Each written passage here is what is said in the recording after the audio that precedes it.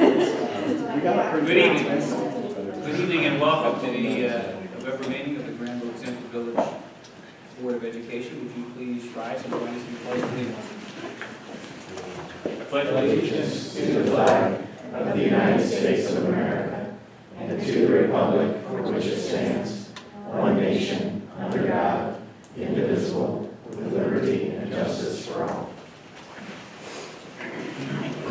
Before we take the roll, as long as we have over here, we want to take this opportunity to wish you all a very healthy, happy Thanksgiving. We hope you enjoy the long holiday weekend, since tomorrow is the first of several Fridays in a row. Enjoy your home. Thanks for being here tonight. Now take the roll. Mr. Janice. Here. Mr. Miller. Here. Dr. Corman. Here. Ms. Deeds. Here. Ms. Wall. Here. Mr. Brown. Excellent.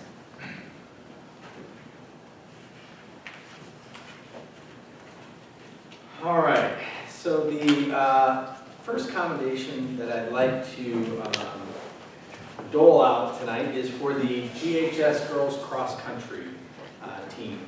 So before I get into the details, I want to kind of set the stage for kind of a longer argument that I think Mr. Durst and I are going to get engaged in with OHSAA.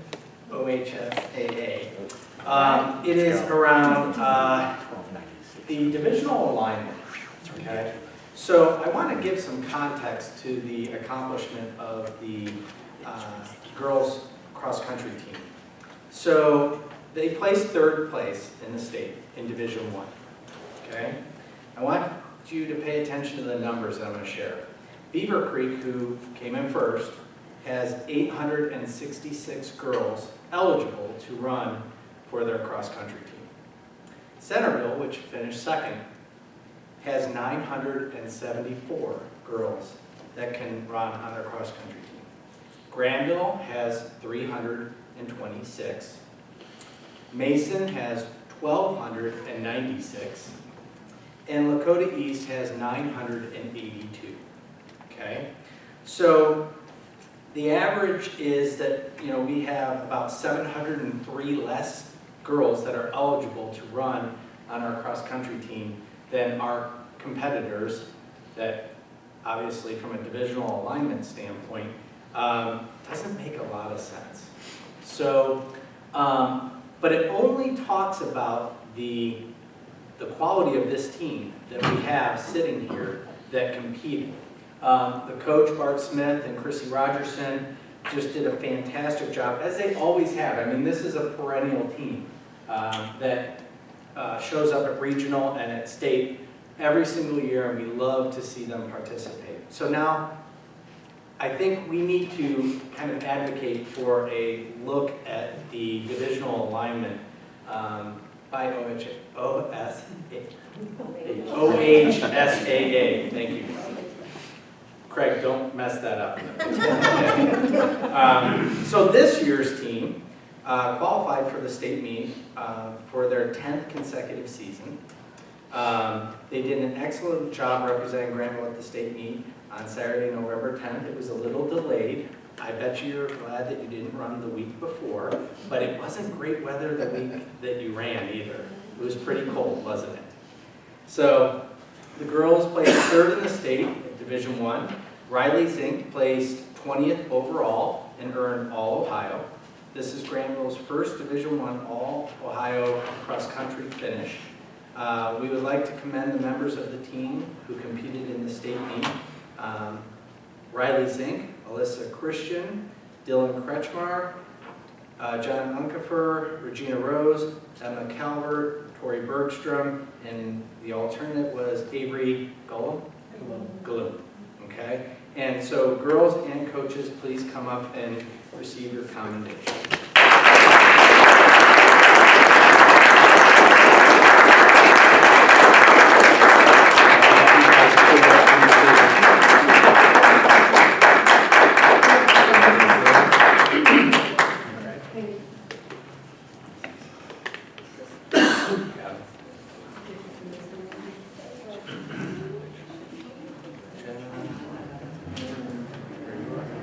Okay. Excellent. Congratulations.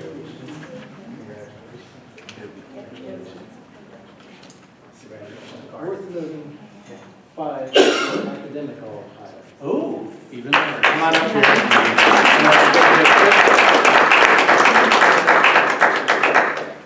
I'm glad you mentioned that. Only because the other two were freshmen and didn't qualify. Yes. Clarify. Just keep short. Yes. Go first.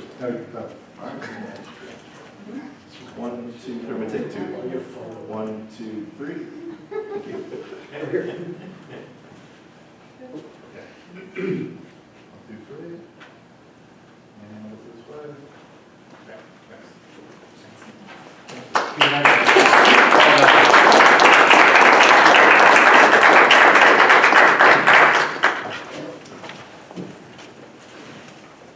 So this next commendation is something that we haven't done in a while. Tonight we're commending Craig McDonald, who has been recognized by the Ohio School Boards Association for their media honor roll. Craig has been a reporter for the Newark Advocate and Granville Sentinel for many years. The media honor roll recognizes fair and balanced educational reporting and exemplary service to our community. So I'd like to congratulate Craig. Quite honestly, he spends a lot of nights when no one else is paying attention to government work. He's out covering the beat, and we appreciate his fair and balanced approach. It's always good to have a great relationship with your local reporter. It comes in handy in good times and in bad. And in a school district, we have both. So, Craig, thank you very much for your service and your media honor.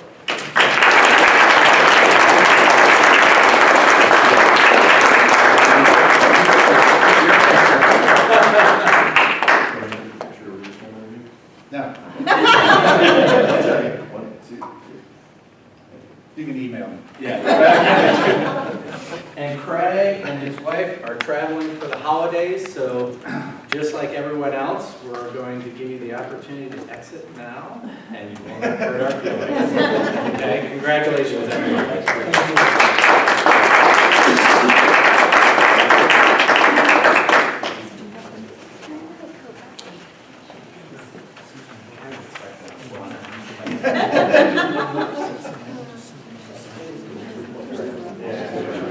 Thank you. Be in touch about that. Yeah.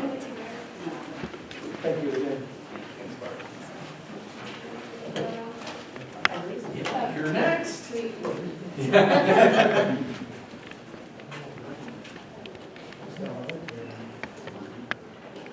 So, hello everyone, I'm still Kristen Zale, I'm the student body president. So, besides the cross-country team, the football team also had a great season and made history with the first ever playoff game victory.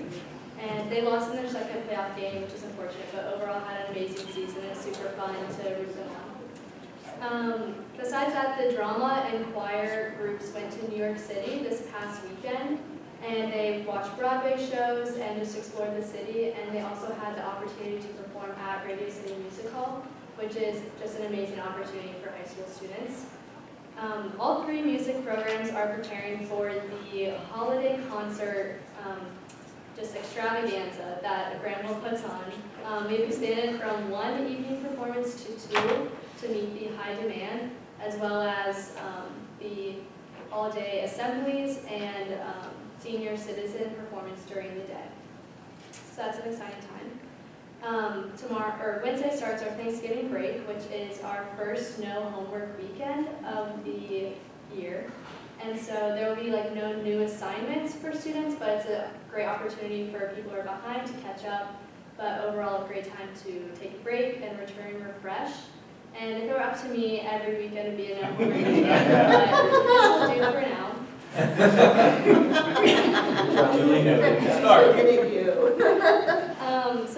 Of course, the next school board meeting is December 17th, and I'll not be able to attend because that's in the middle of my exams, and I'll be busy studying. So this is the last you'll see of me this year, and I just thank you for the amazing opportunity to speak to you every month, and I hope you all have happy holidays. Thank you. Kristen, thank you. Thank you.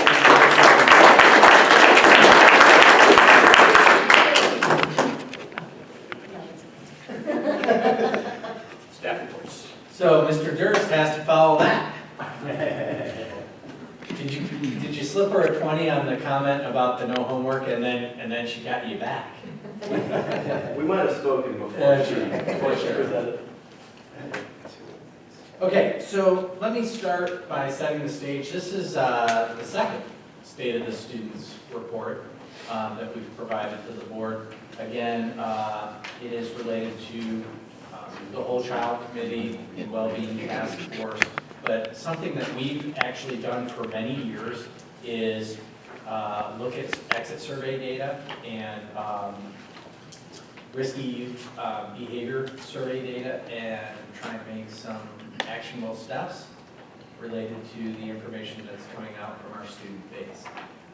Kristen just mentioned one of the things that Mr. Durst has implemented. But we'll talk about several of those things throughout the presentation. So Matt, did that give you ample time? I'm feeling good. All right, good, thank you. Good evening.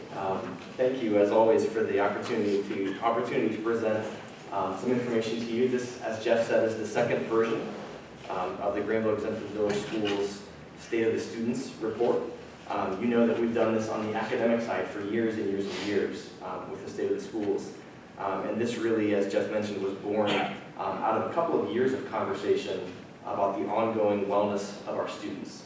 So to frame the evening for us in terms of the information, as we move through this presentation, you're going to note that there are a variety of different sources that have been used to obtain the information that I'll be sharing with you. Among these sources are annual exit surveys, OES survey results, and then additionally a few pieces from EMIS reporting data. EMIS is simply the vehicle that moves data from the local level to the state level. Tonight we'll be talking about EMIS data like attendance rates, things like that. The exit surveys, just for your information, are administered every year. They're done right after spring break, and they're given to students as they exit buildings. So think of grade 3, 6, 8, and 10. And we've actually given them at that time since 2013. So this will be the 6th round of exit surveys in that current format. The OES survey was new to the district in 2016.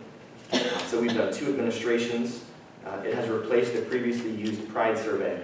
The PRIDE survey was a little more narrow in focus, and some of the developers of the OES instrument actually came from the Licking County area. David Edelblut was one who had a strong voice in the development of OES, and they developed a more comprehensive instrument that really does a much better job of serving a wider variety of topics. I've provided some things there in front of you, and I want to walk through those very quickly. I've given you a printed copy of the presentation that I'm going to be walking through tonight. I've also given you the OES survey document, just in case you want to reference the questions that are asked specifically. Now keep in mind that it's not a paper survey that our students take. It is a no-cost survey. It's free for students. It's actually housed with the Ohio Department of Health and funded by a number of state organizations and agencies. But the OES, when the students take it, is an online instrument. It's a web-based survey. The paper copy you have there in front of you is simply to reflect the questions that are used or asked. And then finally, the OES results report. You should have 2 of them, one for the 16-17 and one for the 17-18 school years. Last year when we spoke, there simply was not a report available in that form. We are benefiting across the state, really, from the work that Ohio University has done in compiling these results for us.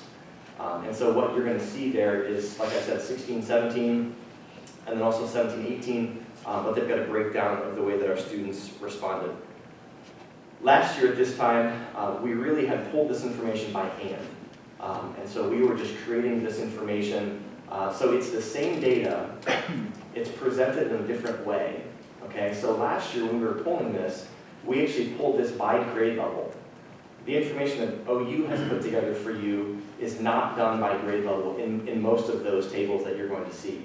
They've done it as a comprehensive look at grades 7 through 12 as one unit rather than as a grade level. So Mr. Bernath and I went through and we actually cherry-picked data from the OES data warehouse so that we could update the grade level information. But again, just understand that the grade level information is not necessarily going to be presented the same way as those written reports that are there in front of you. And then finally, before we move into this information, as you have questions, please feel free to ask. I'm someone who has to ask it right away, or the question leaves my mind. So please feel free to interrupt, and then I can get those questions answered as we go along. Okay?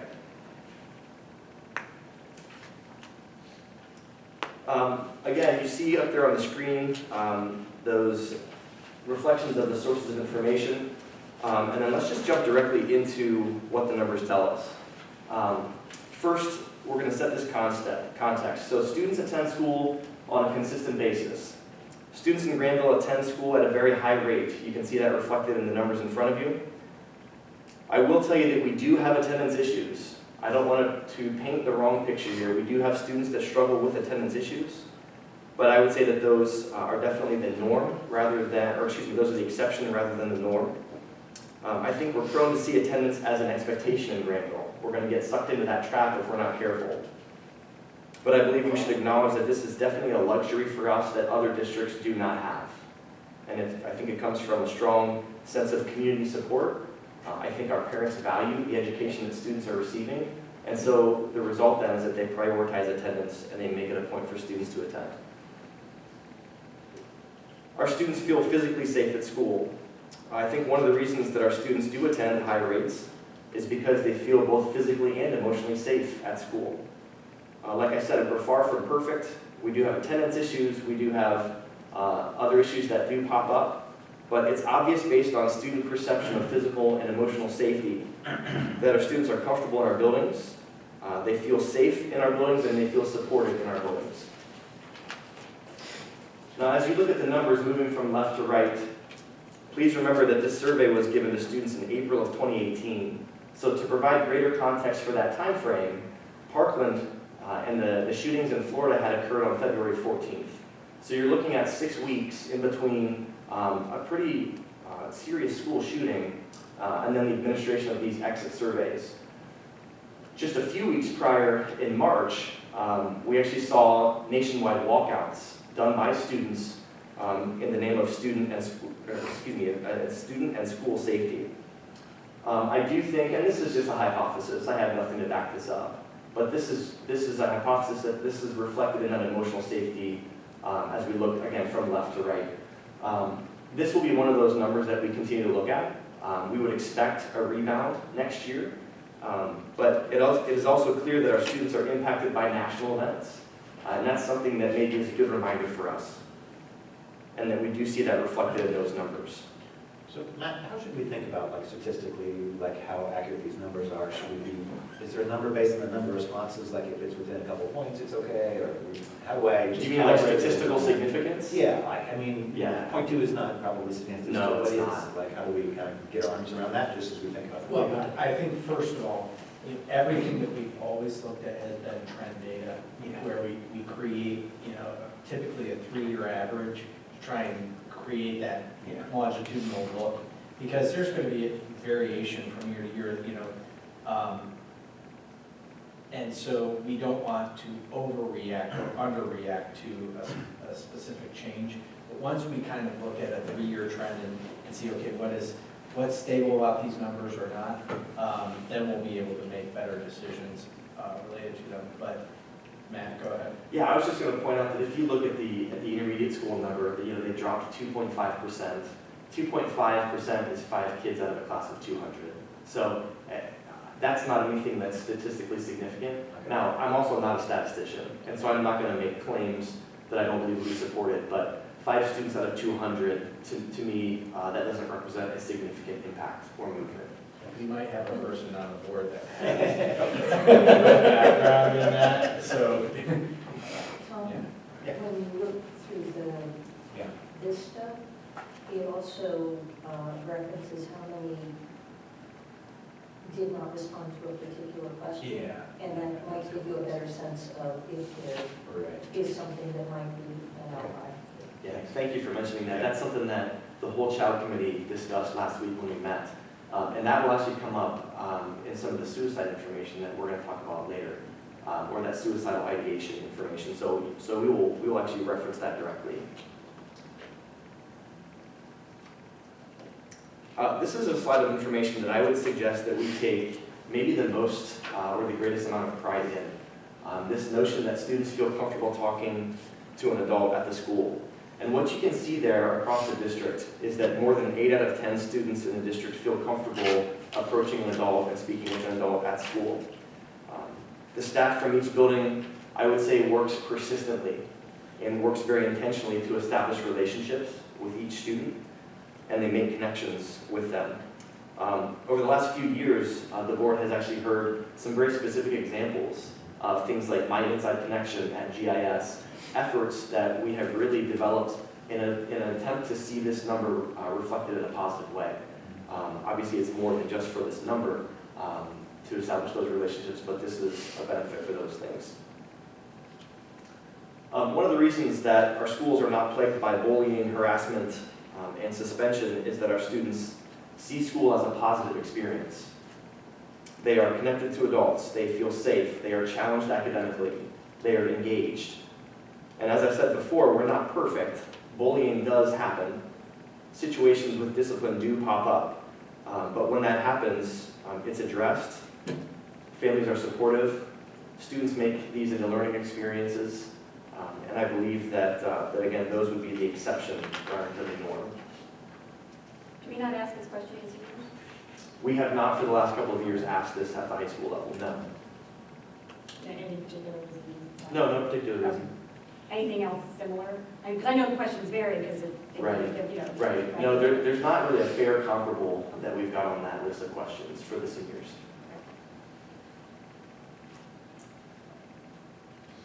This slide really dives into the amount of connection or connectedness or involvement our students have with extracurriculars. This number being 90%, it only includes, and please hear this, it only includes school-based extracurriculars.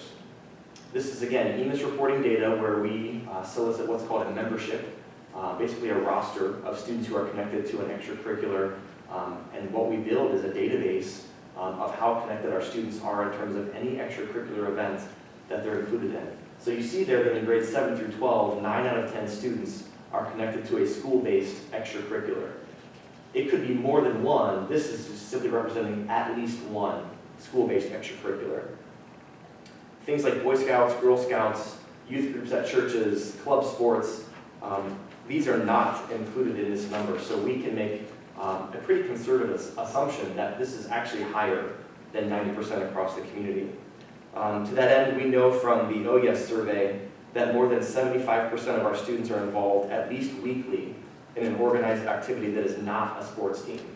So of that 10 that we don't have included, we know with confidence that 75% are connected somewhere in the community. So here's your context. Here's a quick summary statement for the context of the students. They attend school at a high rate. They feel emotionally and physically safe in our buildings. They are connected to adults and to activities. Ideally, I could leave the microphone at this point. That would be more fun for us. But given all the positives, our students face challenges. This is real life for these students. So I want to walk you through some of these challenges that we believe are the most salient in the upcoming slides. Our students carry a great deal of stress. This is a number that we have actually been paying attention to for several years at this point, all the way dating back to, for sure, 2013. And you'll notice that on that 2016-17 column, that our students, they feel more stress as things begin to count more as it relates to their future plans. Now, the whole child committee last year made a decision to modify the questions for the intermediate, middle, and high schools. Acknowledging that we all feel stress in our lives, we wanted to dig into students' ability to cope with that stress. So again, acknowledging stress is not going away in the lives of our students as they age. Ask Mr. Bernath with 5 children. We wanted to move towards coping rather than how stressed are you. And so we posed these specific questions to those students. I have coping skills to manage my stress, and I learned strategies to manage my stress. Those replace that previous I am stressed or I have stress question, again, for the intermediate, middle school, and high school students. And you can see there that around 3 out of 4 students is stating that they do have these positive coping skills. Now, if we take a look at the OES data on the next slide, it actually gives us very specific examples of that positive coping. I want to start by saying I would love to be one of that 9%. I don't know, identify those students and figure out how they're making this work. You can see there that, and basically there's 1,023 students who responded to this survey last year, okay? So as they go through this survey online, they're answering yes or no to each of these questions. Do you manage stress through physical activity? Yes or no. So they're actively responding to all of these questions. You can see there more than half manage it with physical activity, about a quarter through meditation, prayer, relaxation. I'm not going to go through that whole list that's there in front of you. I particularly like the second to last. 40% of students just simply choose to avoid drama. It's a great coping skill that these kids have most likely developed on their own. We can't take much credit for the fact that they are simply making a choice to avoid drama. Okay?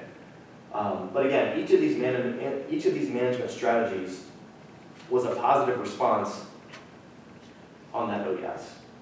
I'm a little surprised in the last one that social media exposure is a really low number. Is that maybe It's curious, there isn't it? wasn't a lot of stress from social media? Or Maybe they love it so much they can't give it up. Yeah, I don't know. That's a great question. I also made note of that number. yeah. Now, as we walk through the next couple of slides, I want to give you just a quick run through of the best ways to look at this. It's a bit of a trap to just move from 16-17 to 17-18, because the 7th graders in 16-17 are no longer 7th graders taking that test or taking that survey in 17-18. So the diagonal path for your eyes is really the one that's going to be the most representative of that class of students. Now this is one that talks about sleep and how much sleep students are getting. I believe one area that we've undervalued, I think maybe societally, community-wide, I know in my own life, and I'm sure that you guys can reflect this as well, is that notion of rest and sleep. On one hand, we boast 90% involvement in extracurriculars. It's a protective factor. It insulates our students from potential use of substances. It's a very good thing. On the other hand, a possible unintended consequence could be the slide that we're staring at. Insufficient rest and insufficient sleep. I imagine this applies to, like I said, students, adults, all of our community, because we're a community of what I consider successful people. We place a high amount of value on productivity, on success, and I think it is hard for us to stop doing. I see this as a growth area for us as a school community. I did not prompt Kristen, but I appreciate her teaser about the no homework weekends, because I think that those are custom made for this. Kids work incredibly hard and they get that reward. They know that no homework weekend is coming, and I can assure you they're looking forward to it because they wanted the 4-day weekend in October to be a no homework weekend. They were ready for it at that point. So this is something they look forward to with great anticipation. Not only does something like a no homework weekend help us with rest and sleep, I think it also reduces some of the stress associated with school altogether. And it allows students just that opportunity to disconnect. I've also encouraged my staff to do the same thing. And I think it's a good lesson for us to just take a break from burning the candle at both ends. Let's walk into tobacco use. You see here, this tobacco use statistic is looked at as last 30 days use. You see a definite spike there in that senior year as students turn 18 and they kind of gain that legal right to purchase. Not that I love that they're purchasing or that they're using, but I think that helps us understand that 12th grade number a bit. The electronic vapor or electronic cigarette use, well, this is the one that in my opinion is the most alarming. Because if you see those numbers looking diagonally, every grade level's percent of use more than doubled in the course of a year. And at the school level, we saw this increase last school year. At the board level, you responded, and you responded to the proposed policy modifications that we made. You have stiffened the punishments for tobacco and e-cigarette use, but I believe that you also made them more relevant in terms of consequences for students by getting to some of those perks and privileges that they enjoy. I wish we could take credit for the FDA putting these companies on notice. And maybe they're just streaming our board meetings. But that could be a stretch. That said, I am hopeful that even the increased governmental oversight of this industry will make it more difficult for students to obtain these devices, and then also less popular for them to use them. If you've seen some of that information, the manufacturers of the Juul have actually pledged to discontinue their social media presence. They're trying to make it more difficult for students to make bulk purchases online. They're taking some steps as directed by the FDA that we can all cross our fingers and hope pay off. Matt, let me ask you a question as it relates to our curriculum and how we address this. I know with the Too Good for Drugs program, there's a lot of enthusiastic responses about that program. I also know it's conducted in health classes, and those typically are 9 or 10 graders. Right? So we've got higher numbers in the upper classes, and frankly, I think, and I don't know, you may have a different perspective, but I don't think we were talking about electronic cigarettes 3 years ago. We were talking about Juul or anything like that. So the kids that are now in 11th and 12th grade probably didn't have that as part of their curriculum. I would think that that's correct. Early on. So my broader question, and what I'd like us to think about over the longer term, is relates to, are we doing enough with the curriculum if it's just in the health classes? And I think I know the answer to that.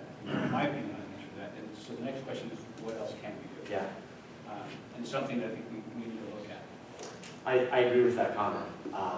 I do think that, well, again, I hope that that we will see that education translate into a decreased percentage of use. I think it's also helpful to explain, and you might have, there's a good chance you were at freshman term orientation, with Ethan being in his freshman year. We hit this really, really hard with parents at freshman orientation. We hit this really hard with students, at the high school level, and I know the other buildings do very similar things. At those first 5 days of school, we come back and we see physically, face-to-face, every student in the building in their English classes. And one of the things we do with them is we give them policy updates. And so we really brought up this topic of juuling and e-cigarettes. From a personal side of things, Scott Carpenter and I have both been impacted by long-term tobacco use of loved ones in our families. I think just about anybody in our country can say that. And so we hit this pretty hard to start the school year. Is that enough? No, I'm not sure that I would ever say anything is enough. I agree with that comment. So perhaps one of the outcomes of this conversation is to really look at the expansion or inclusion of this content at those additional grade levels as we make their way through. I know that Too Good for Drugs at the K-8 level is not constrained to that health class model, right? So my kids, kindergarten, first, second, third, they don't have a health class per se, but they're getting it through Mrs. Thatcher as she works with teachers in classroom guidance lessons. So I think the expansion of that type of a model is called for. Yeah, and I think you're right. I mean, I certainly hope and suspect that we'll see the long-term impact of that curriculum because we're doing it consistently now throughout the schools. At some of the upper grades, we made the change and it may have passed them and they may have passed it. Any other questions about this piece? The next data we're going to walk through is 30 days use of alcohol. This is one of those stats that was measured historically on the Pride survey that we were using before we moved into OES. And the information that's contained in that results packet that was produced by OU but then also on the screen, it really confirms a lot of what we were seeing. Jeff mentioned that idea of taking pause to identify trends and then moving based off those trends. For years now, we have seen the results come back that students most typically use on the weekends at a friend's house, on the weekends at a friend's house. That is how they're responding to survey questions over and over and over again. You can see there that the use is pretty consistent from senior class to senior class, again, junior class to junior class, but we see significant jumps as students move into that 13, 14, and then 15, 16 age groups. In fact, that 15, 16 age group is the one where we typically see the onset of use. 15, 16, followed by 13, 14. Those are your two top tiers in terms of ages. Those are the high school years. I mean, that's 8th grade into 9th grade, and that's 9th grade into 10th grade. That's where we're seeing the highest use or initial use by our students. In terms of marijuana use, this is actually a number that has been very steady. We haven't seen a lot of the volatile movement, that we saw a couple of years ago with alcohol use. We saw a big spike, but again, that was one of those things where you slow down, you take a look at trend, and then you establish a course of action based on that trend. But again, this is one that has not seen a lot of variability from year to year. Prescription drug use does not measure past 30 days. It actually measures lifetime use. I've given you the examples there at the bottom of the screen. Those are the examples that OES uses in terms of specific examples for students to read. But that lifetime is defined as having been used one or more times. This is also similar to marijuana. It's not one that we're seeing tremendous volatility. This is one that has been more static over the last number of years.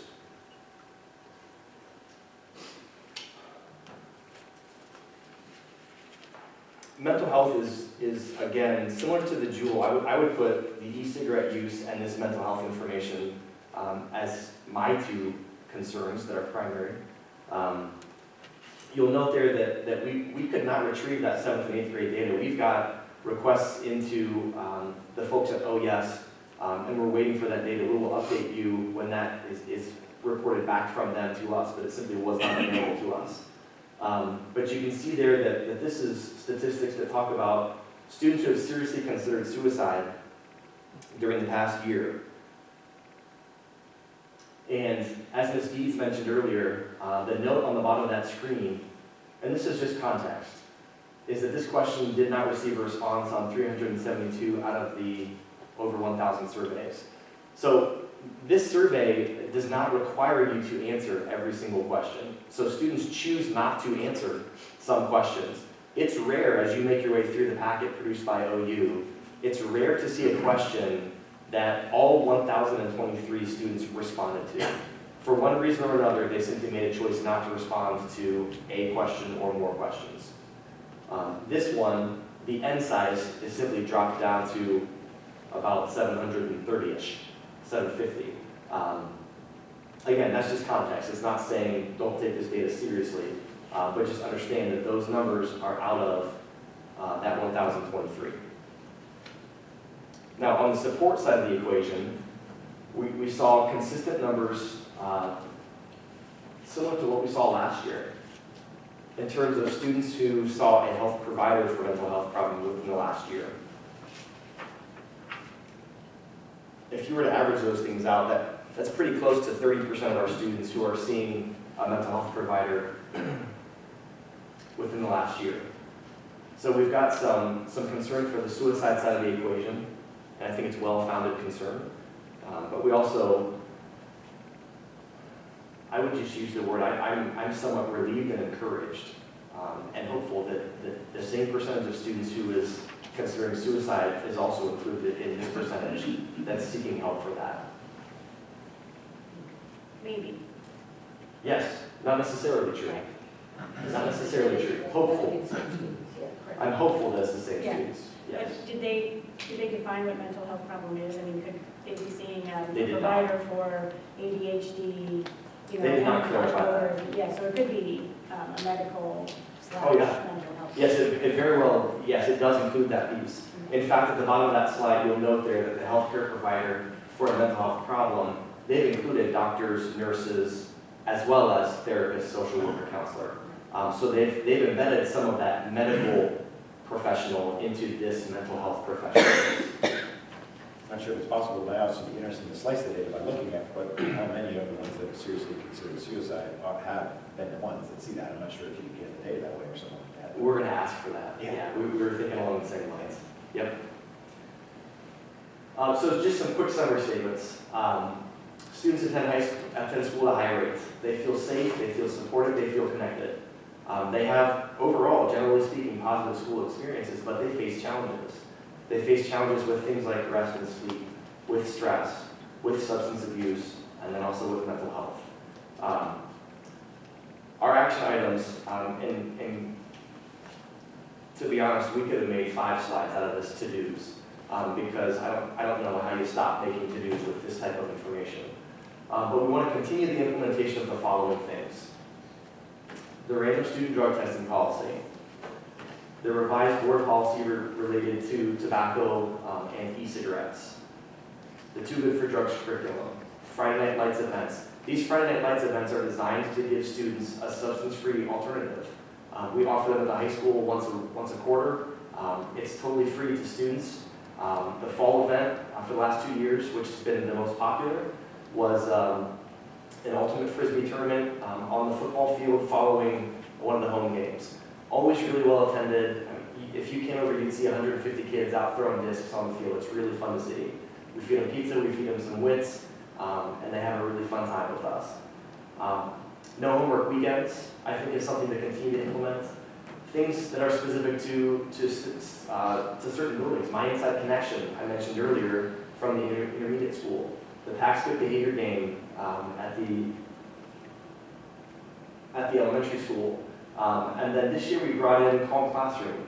Calm Classroom is something that we are actually implementing with our staffs first.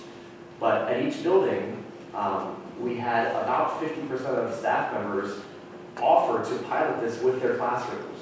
Calm Classroom is essentially a mindfulness effort that reduces stress and anxiety. In an ideal setting, you practice Calm Classroom 2 to 3 times per school day for approximately 2 to 3 minutes at a time.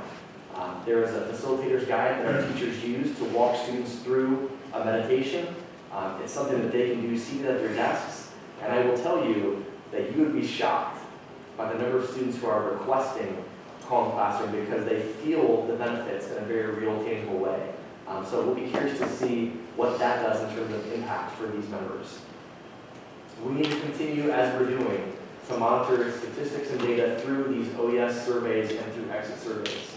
I was in communication today with the folks from OES to work out our administration timeline for this instrument this year, so we'll be taking care of that here in the next 4 weeks is the goal. But then additionally, the school counselors are researching the science of suicide curriculum for potential use K-12. I want to compare this to Too Good for Drugs.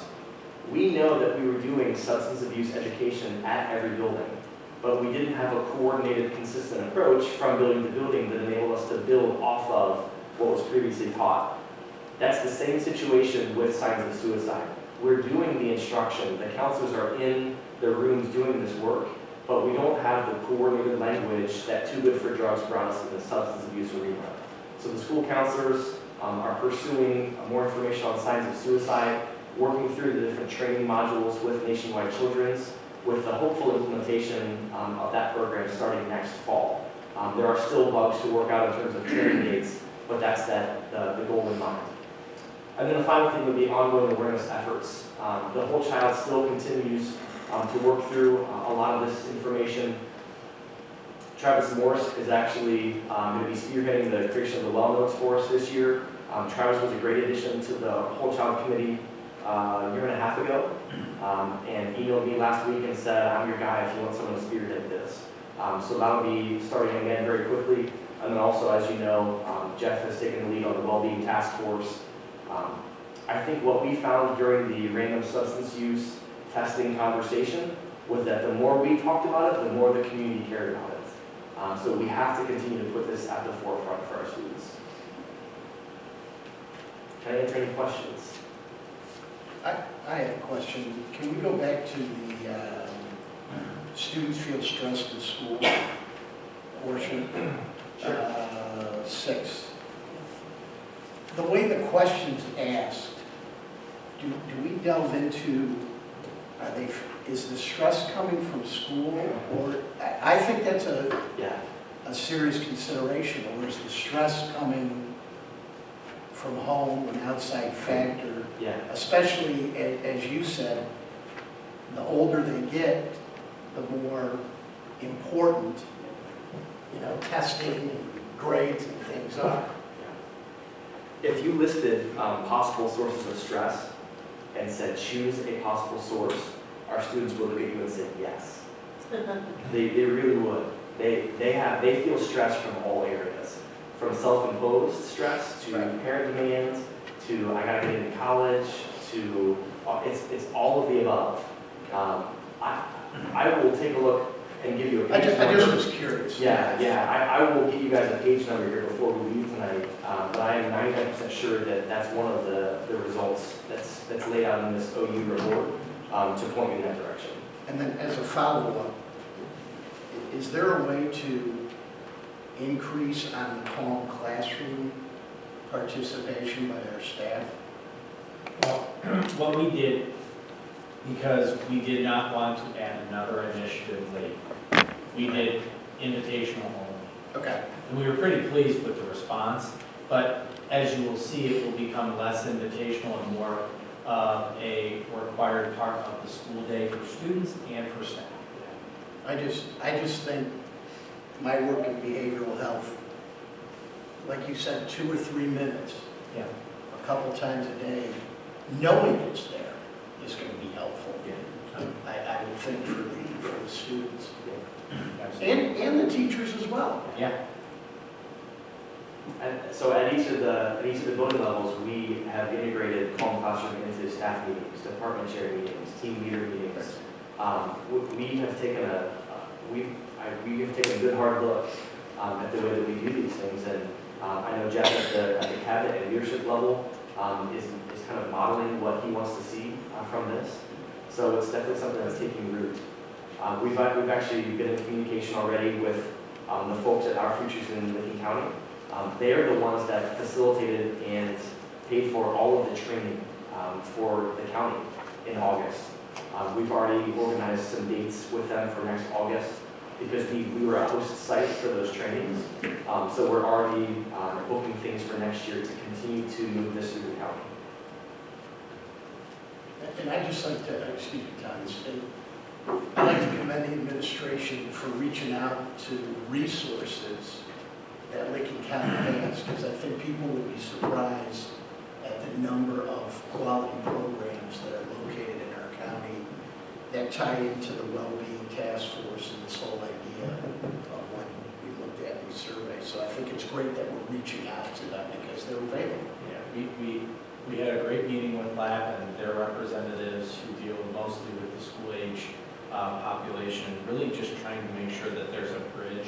One of the things that we found and we struggle with is, we know information, they know information, but never the two shall come together and impart, what they know together.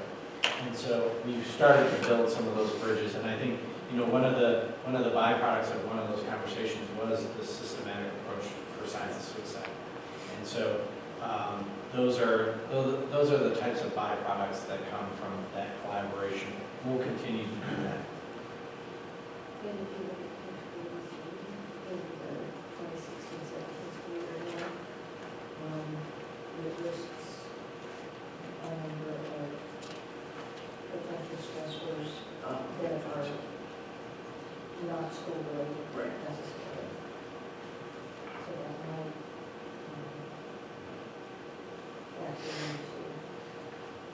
I don't mean to put you on the spot, but do you have any comments on the student drug testing, participation rates, implementation process, how's that gone, what's the update on that? And seeing how much- Sure. So one of the things that we were looking for in the fall, as we had students who were completing their consent or their opt-out forms, was what is this number going to do from year 1 to year 2? We had more students opt in year 2 than we had in year 1, opting into that drug testing pool. I think the procedural things are really going very well. Last year, Jeff was in my office for a conversation. And at the end of the conversation, this was a couple of months into testing, I said, Jeff, could you tell that we were drug testing today? And he said, no, I had no idea. So I think it's going very well. The parent response has been positive. I think when you give a community the ability to choose, the people that have no interest in it, there's not a complaint to lodge. And so they're simply going to choose not to participate. And that's perfectly fine. The people that do choose to participate, we're only getting supportive conversation with because they chose into it. They knew what they were signing up for, and they wanted that as an element for their student. One of the things that I think is misleading about drug testing is that people look for a high volume of students caught, when the goal is that you have a low number of students that have been testing as having a substance in their body. And that's what we're seeing.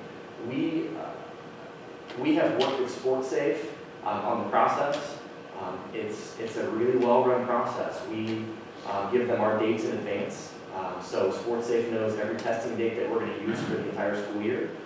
I will tell you that we're not creative with some of them. And I will tell you right now, for the whole free world, the Monday following prom, expect a random student drug test Monday morning. The Monday following homecoming, expect that test that Monday. We want students to use it as an excuse not to use. And so if they're at the homecoming after party or the prom after party, we want them to know that it's coming on Monday so they can use it so they don't have to use that night out of pressure.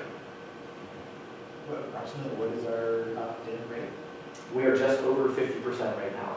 Now, keep in mind, that rate moves through the year. So we have a fall influx of students, and then winter sports. We have mock trials starting at a different time. We have academic team at a different time. We have spring sports. So the number moves through the year. The fall sport, and we actually just finalized all of the winter stuff last Thursday, so I don't have that update yet. But at the fall sport time, we were over 50% of the students had opted in. Anything else? This is not part of Matt's general responsibilities as a high school principal. It's another duty as assigned because he's passionate, he cares, and he has a really close window into what students are doing in the middle school, high school campus. And so he's, to quote, remember the Titans, he's the perfect guy for the job. So that being said, we are going to touch on the well-being task force during board discussion. I do have a document that the counselors put together that I passed out at that meeting, so you'll get a little bit more information from them as well, just kind of related to what was presented by Matt. So next we go into, and this is going to be a very, very short presentation because quite honestly the General Assembly has been not busy because they're campaigning. I have one, can you go to the other, I have to go to the others.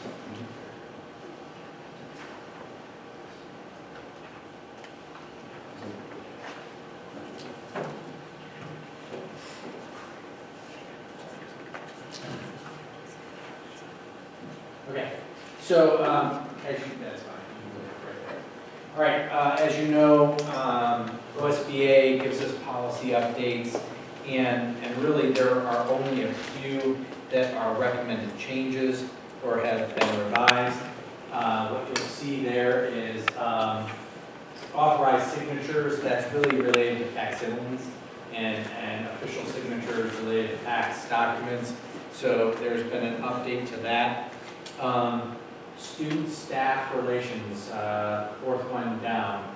There's been a little bit more recommendation around social media and how teachers or staff interact with students related to social media. Obviously, as the licensure code of conduct and the Office of Professional Conduct get more and more cases, they try and revise and refine the policy language to try and get a little bit more specific about what people should and should not do related to social media. But almost all the changes related to JM and GBH were related to social media policy changes.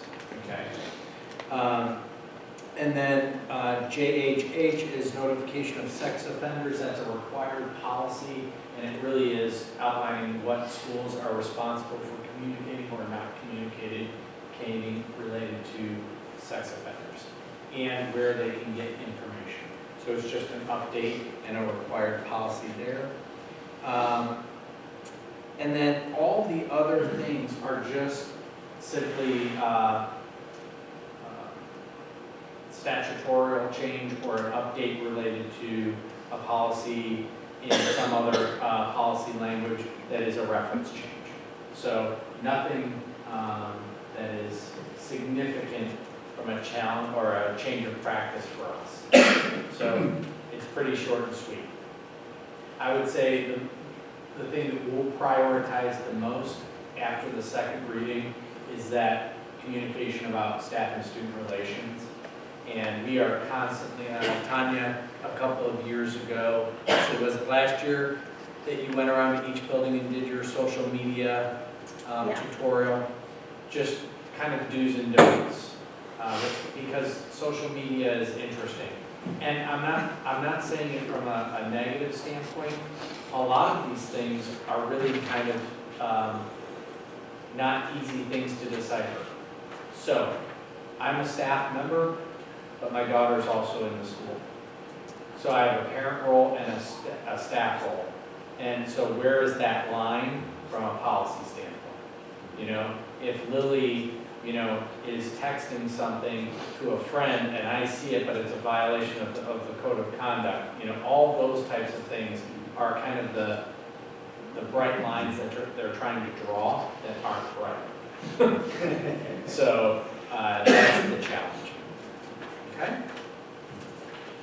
It's short and sweet. Again, they were busy campaigning. Yeah. We'll keep it that way. Now, I will tell you that in lame duck, there may be some things that move relatively quickly. And so we're kind of watching that. There are a couple of things out on the horizon. Graduation requirements. You know, Mike's going to talk about the school funding formula. That's not going to happen in lame duck, but that's going to happen in the budget cycle. So there's a lot of things in the next 6 months that are going to require our advocacy and our perspective to be shared with Columbus. Okay? Anything else? Excellent, thank you.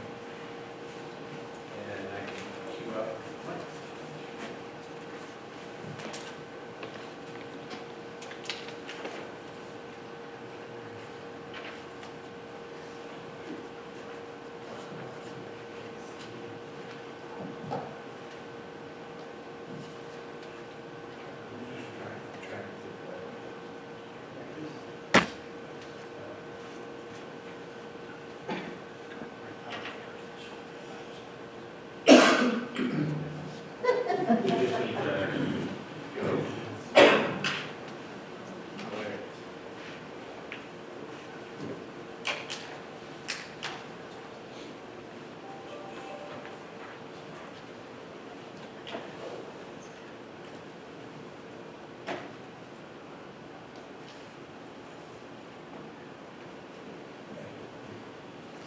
Okay, so I'm here tonight not as the treasurer of Granville Schools. I'm here as a representative of the Patterson School Funding Work Group. Just as a background, the work of Representatives Governor Patterson, Bob Cutts, who is a Republican from Lima, John Patterson is a Democrat for Albany, Beulah County. They decided after working through the budget the last two budgets and the difficulty of trying to craft a school funding solution in the 6 weeks that they have the bill while it's in the House was a virtually impossible task. And so what they committed to do was, outside of the budget process, was to put together a process for developing a new school funding formula. The work began about a year ago, last November. Representatives Cutton Patterson and several other representatives have been involved, including Scott Lyon. And what they appointed was 16 members out of the practitioner community, 8 superintendents and 8 treasurers, to serve on 8 different subcommittees to do the work of the work group. I am not one of the 8 members of the treasurer community who's on the work group, but I have been working with about 5 of the 8 subgroups in providing consulting work and technical expertise and development where we're going. So what I want to run through today, we've had a series of meetings around the state, getting feedback from superintendents, from treasurers, from board members, is to go through an abbreviated version of that. The sessions have generally last about 2 hours. I am not going to take 2 hours. This should be about a 15 or 20 minute walkthrough that just goes through the basics of where the committee is right now. We'll talk a little bit about what we hope is going to happen over the next couple months and as we move into the budget cycle. So the goals of the committee is to build a system for today and tomorrow's children. Not to look backwards, but to look forward. Truly identify something that has not been done in a long time, and that is, what does it cost to educate a child today? Develop methodologies that equitably shares costs between the state and the local taxpayers. Have a system that will work when there's money and when there's not money. And so it's scalable. And then to recommend a process so that if a new model gets adopted, that it can endure and can be updated over time. So that word there, like equitably shares costs between state and local taxpayers, a little loaded or a little bit, what's equitable is in the kind of the eye of the beholder. It is. Who's the makeup and how does that work out, right? Because again, for districts like Granville versus other districts that are inner city and so forth, that equitable sharing is different. Right, and I'll actually get to that towards the end as we talk about the state and local shares and where we are in kind of the policies that we are doing. At that point, I think it'll become clear. Great. A key number that we really have focused on through this is 2031. This came out of an early meeting that we had back probably December, January. Tom Hostler, who is the superintendent at Perrysburg Schools up near Toledo, he's one of the superintendents on the committee. And really, the 2031 is today's kindergartners that we're walking into the schools. They are the class of 2031. And so the focus has been that we need to be addressing what those students are going to need when they walk out of high school in 2031 and looking at a funding system that addresses those needs. And so that really has been a big focus that we have concentrated on through the process. What I do want to do is give a very brief history of the funding structures that we have had in Ohio. It's important to note this as we move forward because you'll see there will be things in what we're looking at recommending that are going to look kind of like things that we've done in the past. And it almost has to. And that's because when you take a look at our past funding structures that we've had, if you're going to have a foundation type system where you have a base cost per pupil that is then split, there's only about 5 different ways that that's done around the country. And we have tried 4 of those 5 in Ohio over the last 20 years. And that's why when I say that parts of this may look familiar, is because, it has to, because we've tried everything.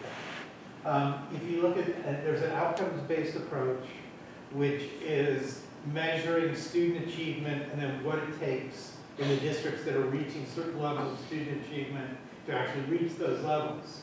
That's the known Augenblick, which came out of the original Drolf stuff back in the late 90s, early 2000s. This is called the Successful Schools Model. The problem with that type of approach now is that over the last 10 years, the state has had a really hard time defining and sticking with a definition of what it means to be successful. You know, they change the bar every year or two, which means you can't even get a consistent data set to measure what is an outcomes-based approach. So that approach was pretty quickly, kind of moved past because of that issue. There's an inputs-based approach on professional judgment. Examples of this, the Coalition Basket of Essential Resources, which came out of the mid-90s after the Drolf decision. There are also elements that were in Governor Strickland's OEDM that came out about 8 or 9 years ago. There's an inputs-based, evidence-based model. That's what the Strickland administration was. But there were also pieces of that in the building blocks approach that are in number 4, which is the hybrid approach.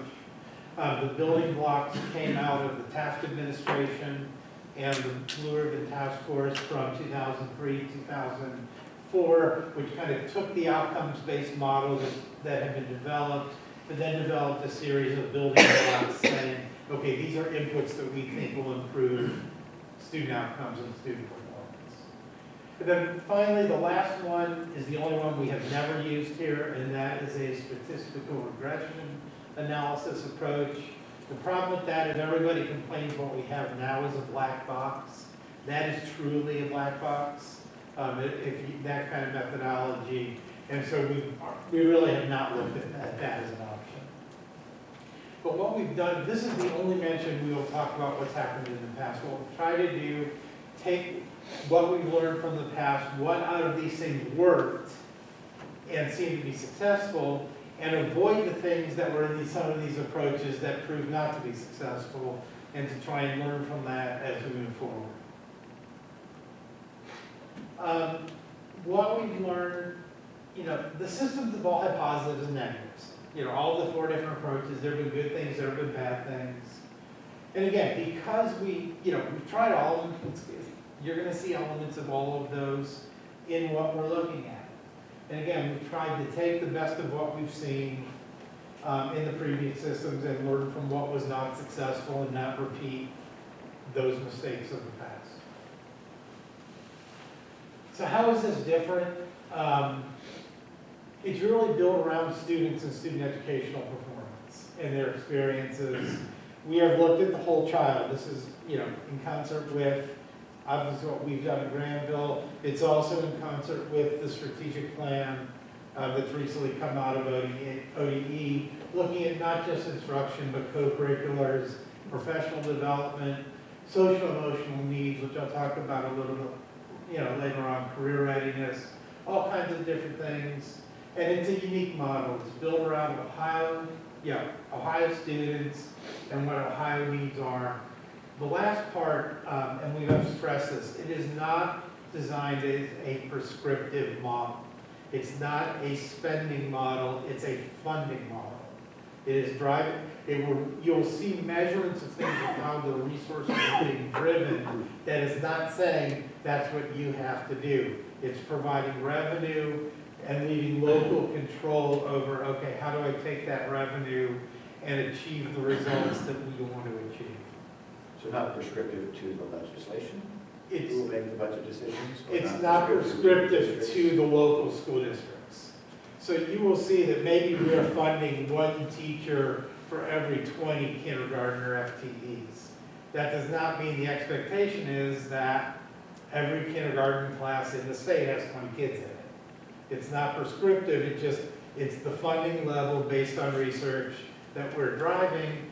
Some places may want 18, some places may want 23. That's a local decision, and the locals will decide how to allocate that money to achieve their results. And is that significantly different than our current funding system that has more? For the most part, no, it is not. But the current system, you really can't identify any inputs in it.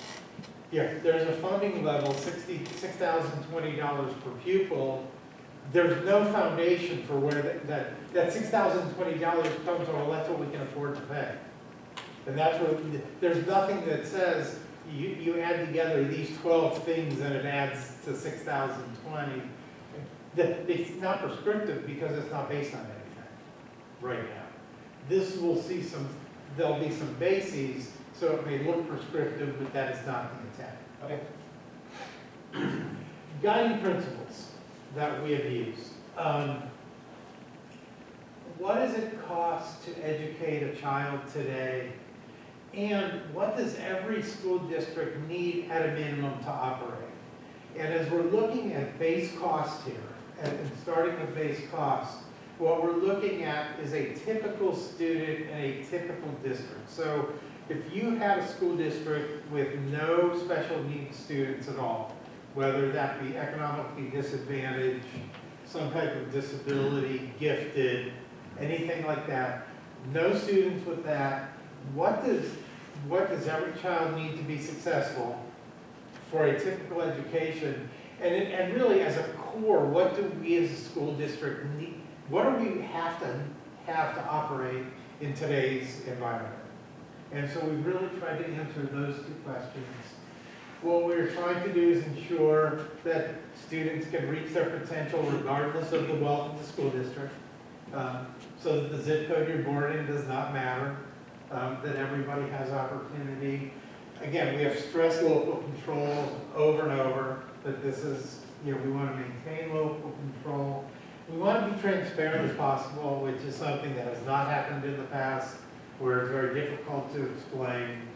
And then we do recognize that students have different needs, and that's what a lot of the subcommittee work has addressed, is students with economic disadvantagement, English language learners, special education. And they should be funded accordingly, but not as part of base costs. These are going to be add-on pieces to deal with more specific issues.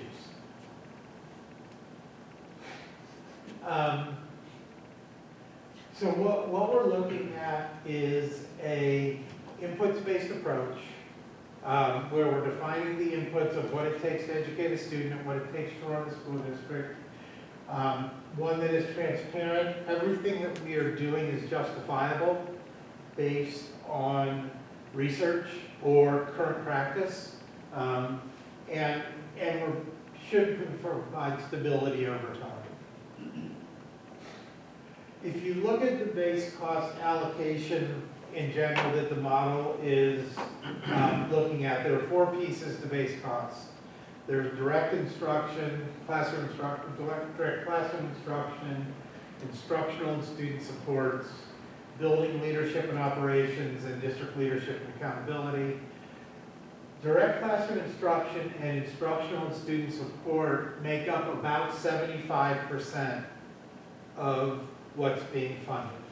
So it is very heavily leaning on what does it take for students to succeed, and what supports do we need to give the students to help them succeed. And then only 25% on what would be traditionally called non-classroom type expenditures, although with some of these I would argue that they are really not non-classroom. Things like electricity, to me it would be kind of hard to operate in a classroom if you had no lights and working computers, if you had no electricity. I think we found that out. Yeah, we tried that last week. It made it really hard to serve lunch. And I know because I spent the lunch period at the elementary school helping students eat. Stay organized and get lunch when there was no power. So the elements of base cost of direct instruction, there are 3 basic elements of direct instruction. We're looking at nationally recognized standards for grade level student-teacher ratios and funding based on those ratios. We are providing funding for what we loosely called specials teachers, meaning art, music, phys ed. At the high school, it's more kind of some of the elective type stuff. That does not mean special education, that is funded separately, but more the special type program that are part of basic education. And then allocations for professional development and substitute teachers, to help build staff capacity in doing direct instruction. And when you say kind of providing funding for, what you're implying is like these needs are included in the calculation of what's required to teach a Correct. student. That's correct. It's actually funded. Yep. These needs are, we're not telling you have to spend it exactly this way, but it's the funding is measured by these elements. Instructional support, and the top one, we had a very long discussion at one of the meetings. It just so happened that meeting coincidentally was the day after the Parkland shooting. That we had a meeting dealing with social, emotional, security, life support. Had very long discussions about what that meant and how important that was across the spectrum of school districts. It's not something unique to Appalachia. It's not something unique to inner city schools. I actually relayed to the group as we were having this discussion, one of the things from the OES survey from last year that, over 1 in 4 of our students had seen a mental health specialist in the last year, and people were flabbergasted. They're going, what in Granville, where are the issues? I said, we have issues like everybody else. They may be different. The emotional, social stresses may be different in Granville than they are in Newark, but they aren't any less real. And so that became an important part of the funding level and as a piece of funding within base costs. Because the determination is every district needs that. They may need it for something different in some, and this doesn't prescribe what you have to use it for, but it provides the resources for school districts to meet those needs of students, regardless of wealth, poverty, or anything else. There is funding for the first time for both academic and athletic co-curricular activities, recognizing the importance of the whole child and what co-curricular activities mean to a well-rounded education and the base support. So, as an example, kind of like how that funding goes in is calculated, is that based on local differences? Right, or is it some general calculation that has some percentage of students that should be doing or could be doing this thing? Parts of this are based on specific, we'll fund it's funding X number of positions per student for so many students. Okay. The allocations for, actually the two middle ones here, the co-curriculars and also for the supplies and academic content acquisition, is actually based on statewide spending. I have data, was given data by ODE of 4 years of spending on every line item in every school district in the state. And so we were able to use that data to come up with per pupil allocations that are kind of the current practice across the state in both co-curriculars and athletics, in supplies, and in academic content acquisition, which includes both textbooks and electronic, through internet or electronic resources. It doesn't make a distinction between those. And then finally, for technology devices for students across the state. The elements of base costs for building leadership and operations, allocations for principals and assistant principals, per pupil building operations funding. And again, this is coming back to the same type data we used on the slide before, looking at spending per square foot per student across the state for operations and building support, and then building support staff. And finally, district leadership and accountability. Obviously allocations for superintendent and treasurer, which are required by law, and support staff for both. For the first time, we are including funding for EMA support. That anymore is so critical to what the operations of a school district are. We are then providing funding for that. And finally, provisions for district-wide technology infrastructure. And this is not the devices, this is the switches and the stuff, the accounting system, the student management system and things like that, that again, we have to have, and any school district has to have to be able to operate in today's legal environment and what we're required to do. So that's the base cost, and that's really what we've been discussing in the regional meetings in a little more detail than I've gone through tonight, is how the elements of base cost and what comes into making up the base cost amount. And so those are kind of tweaked based on your individual demographics, right? There's more special needs stuff, there's more resources there that are allocated based on your district's needs. The special needs part is actually comes third. Okay. Yeah, the first part is base cost. What does every district need to operate and every typical student need? The second piece is the cost sharing between state and local taxpayers, which is what Thomas you asked about earlier. We currently have a state share index that virtually nobody can explain, and even fewer people can understand if it's explained to them. We are looking at moving away from a state share index. One of the big problems with the state share index is that every district, what happens in every district is dependent on what happens in every other district. And so things can happen in other parts of the state that can make us look wealthier or poorer regardless of what happens in our district. We are looking at something that reflects local capacity, measured by property and resident income, and looking at capacity. As we've said before, Granville is a wealthy school district, and we are going to continue to be a wealthy school district, and that will be reflected in the capacity, but in a reasonable manner that reflects true capacity. And finally, something that's fair and understandable. It's bad. I am one of the few people in the state who actually understands that, and that's really a bad thing. That there are only a few people, because that really shouldn't be the case. It should be something that's fairly easy to understand as we move forward. And there's kind of local capacity thing, which I understand the property and so forth in there. How is that different than the current model? The biggest difference is going to be that every district is not going to be dependent on every district.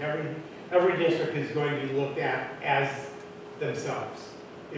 If we get wealthier, it's because we're getting wealthier, not because 50 other districts are getting poorer, so it's just making us wealthier. So it's really, it's going to be an individual district, kind of like it was before the state share index. Maybe not the same way it was before the state share index, but so that what's measuring our wealth or Newark's wealth or anybody else's wealth is what's going on in Granville or Newark or whatever, not what's going on other places. So there's not necessarily a proposal to change kind of how the state share index is calculated. There is. But it's only to make sure that it's only dependent on your own district. There will be a change in how it's calculated as well. Is there like a discussion about the weighting of that? There is. This or that as weighting? Those are all, that is currently those are ongoing discussions right now as to how we are going to structure this in a fair and equitable way.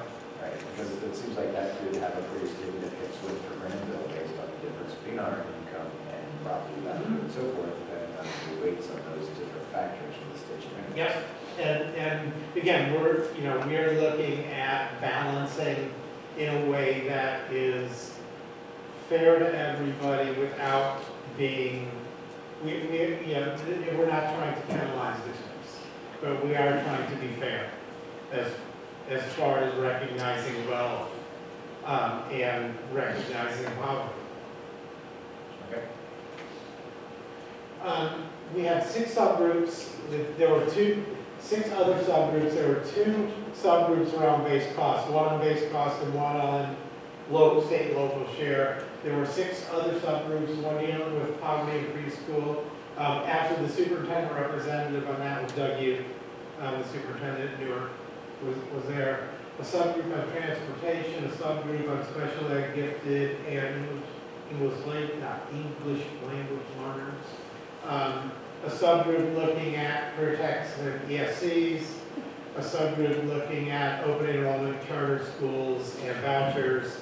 And then finally, there was a technology subgroup. At the end of that subgroup, we kind of made a determination that most of what they were recommending really belonged in base cost. And so the recommendations of the technology subgroup you saw built into the base cost part of the model. The others, the career techs and the ESC is a little bit different because it's a different type of school. The CTEs, we're looking at having a very similar funding model to what the base cost model will look like for regular school districts. With some tweaks, obviously, we do not need, there's not need to be athletic funding at CTEC, right, Stephanie? You guys are starting. I'm not one to take on Not playing a football program. And so there are elements that are not appropriate, and so those will change a little bit. And so those were the subgroups. What I would hit on were just the key recommendations coming out of those subgroups. There's a lot more that is in here, but these are really the highlights. From the poverty subgroup was really a specific study dealing with Ohio and the challenges of poverty in Ohio. One of the things that we really did learn through this process is that the effects of poverty are very different in an urban setting and a rural setting. The effects of poverty, the treasurer on that group who was the treasurer Waverly down in Pike County, they have a whole different set of issues dealing with poverty than Doug faces in Newark. And a lot of that are because of available resources. Doug in a more urban area has a lot of resources that he can draw upon that they just don't have them. They don't have that infrastructure there. And so we really need to take a look at what it means across the different types of poverty. In the interim, looking at an increase in the per pupil allocation for economically disadvantaged students.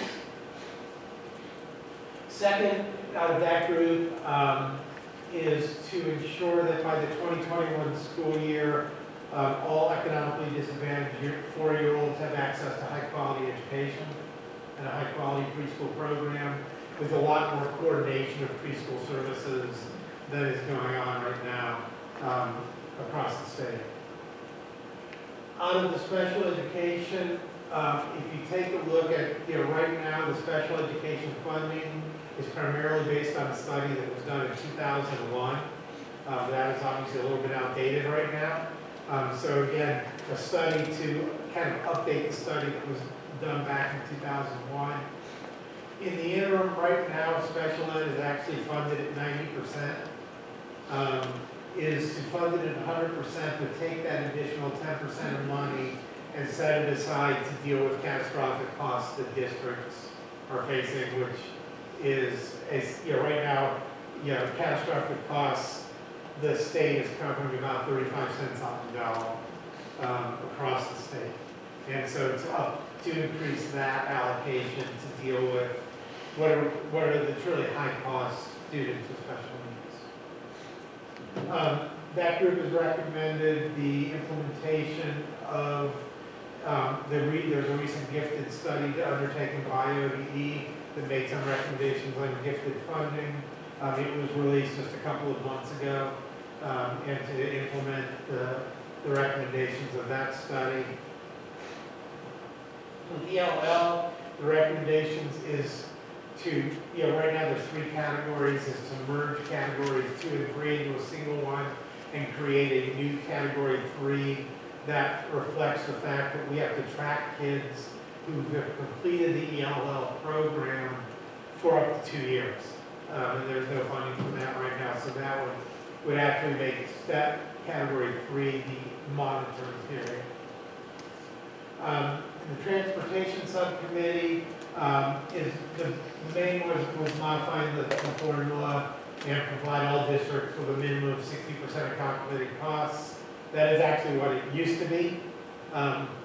Over the last few years, that was reduced to 50%, and now it's being reduced down this year down to 25%. Is to take that down to 60, and also to do some stuff with synchronous schedules where schools are and this is not a big issue to us, it is in some of the more urban areas where you have schools that they have to transport to are all on different schedules. You know, just if the regular school is closed but the other school is open, the school and districts must run their transportation. And they're trying to coordinate bell schedules so that buses don't have to be in 2 places at once and things like that. Finally, to restart a school bus purchase subsidy program. That program did exist prior to 2010 in the state to help subsidize the cost for districts having to replace buses.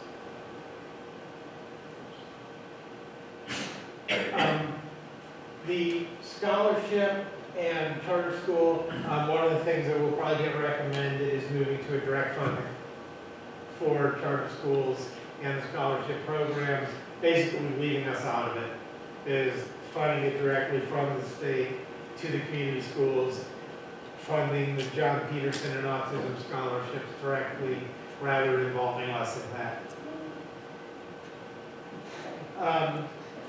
Also on that comes subcommittee, open enrollment is basically the charge is to maintain an open enrollment system as it exists right now and do not change the incentives for districts to either provide open enrollment or not provide open enrollment. Basically, to set up a system that's neutral to the choices that districts make right now.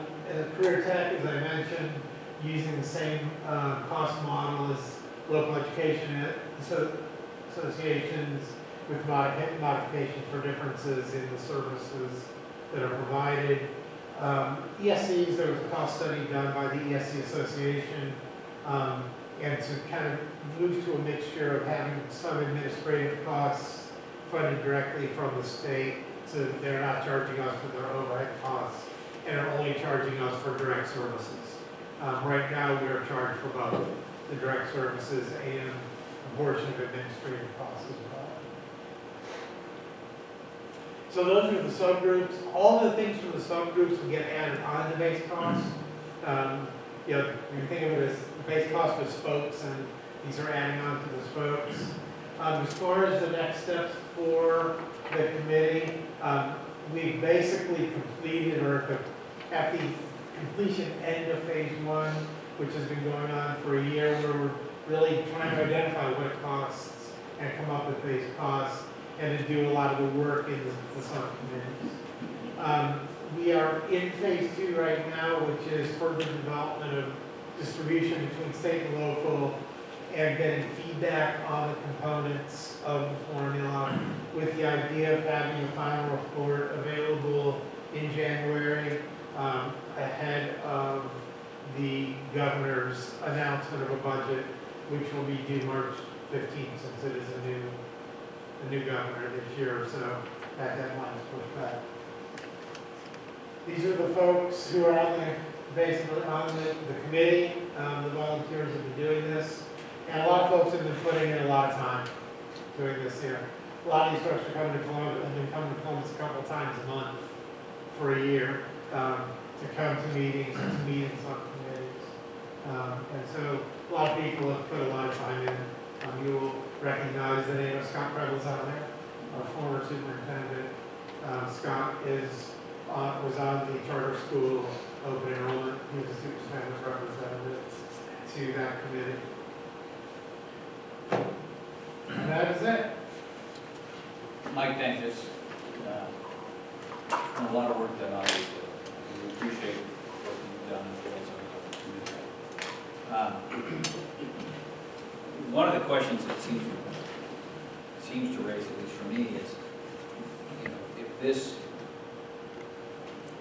if this formula, funding formula were adopted, it would seem to solve a lot of issues, a lot of school issues within ourselves. But that also would seem to imply a greater amount of gross dollars going to education. Is that the expectation? I think the expectation is, we are not gonna flip a switch, and this is all gonna be in place at one time. There is an expectation that there will be a phasing period to get up to where we want it to be. I think the key is, and one of the things we're really looking at is, you know, if this gets through the process, is to have the final product in law from the beginning. The endpoint is there. You know, it may take 4 years to get there, but the endpoint is in law.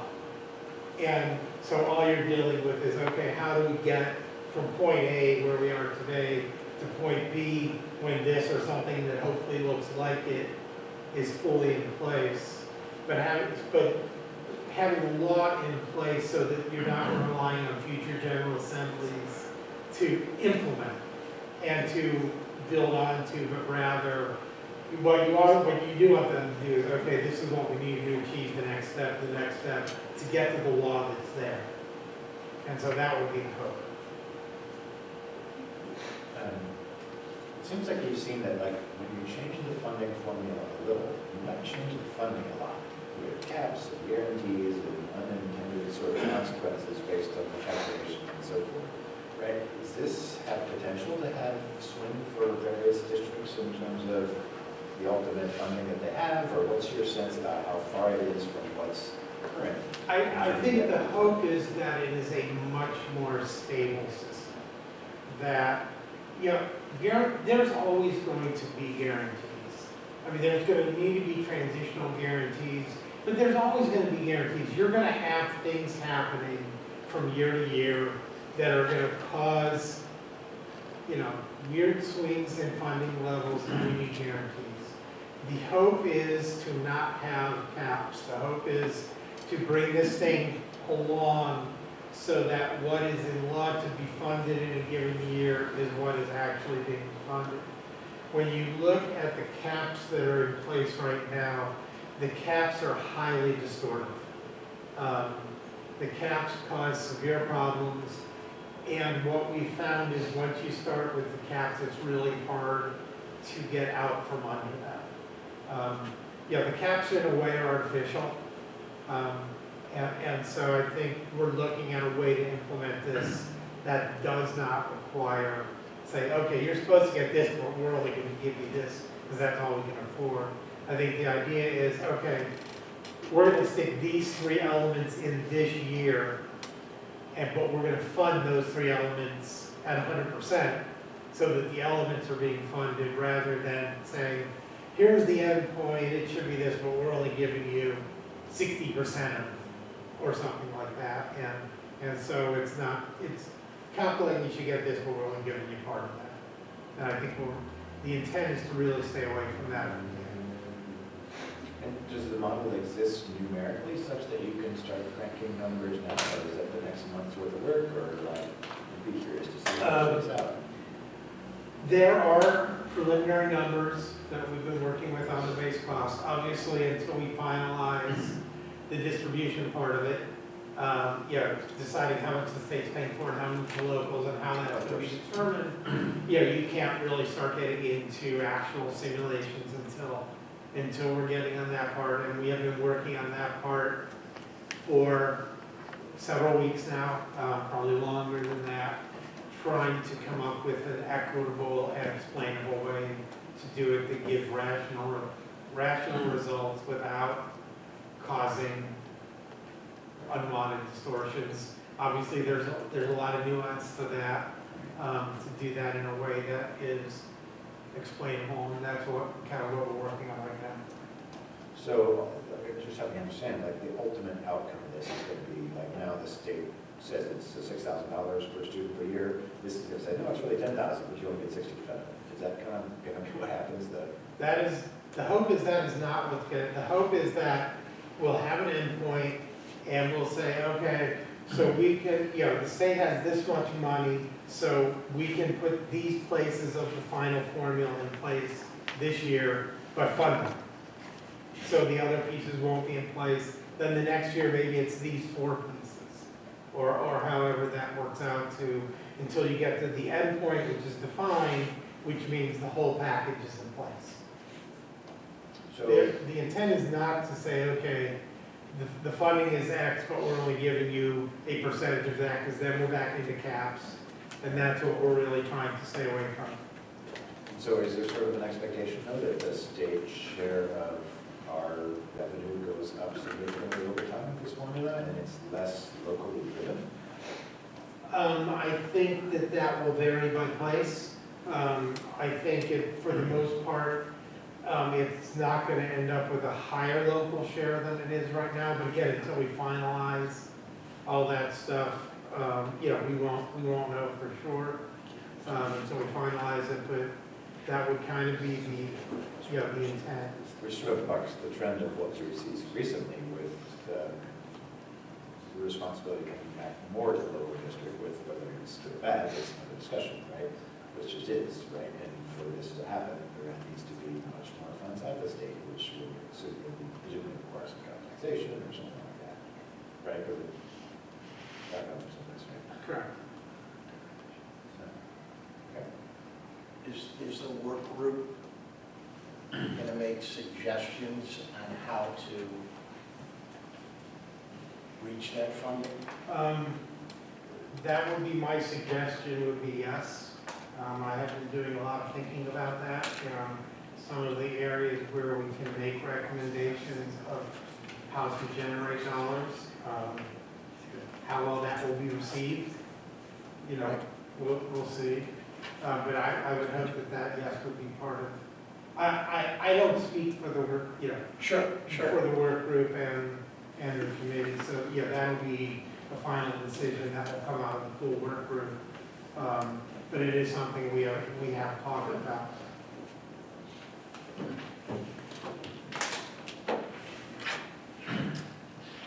Thank you, Mike. Yeah, thanks. Mike, Thank thanks, you. thanks for the before we move to public comments, I apologize. We have a guest here this evening to speak to us about CPAC, and I missed it. But I'm going to ask for a motion to move up board reports to precede public comments. Second.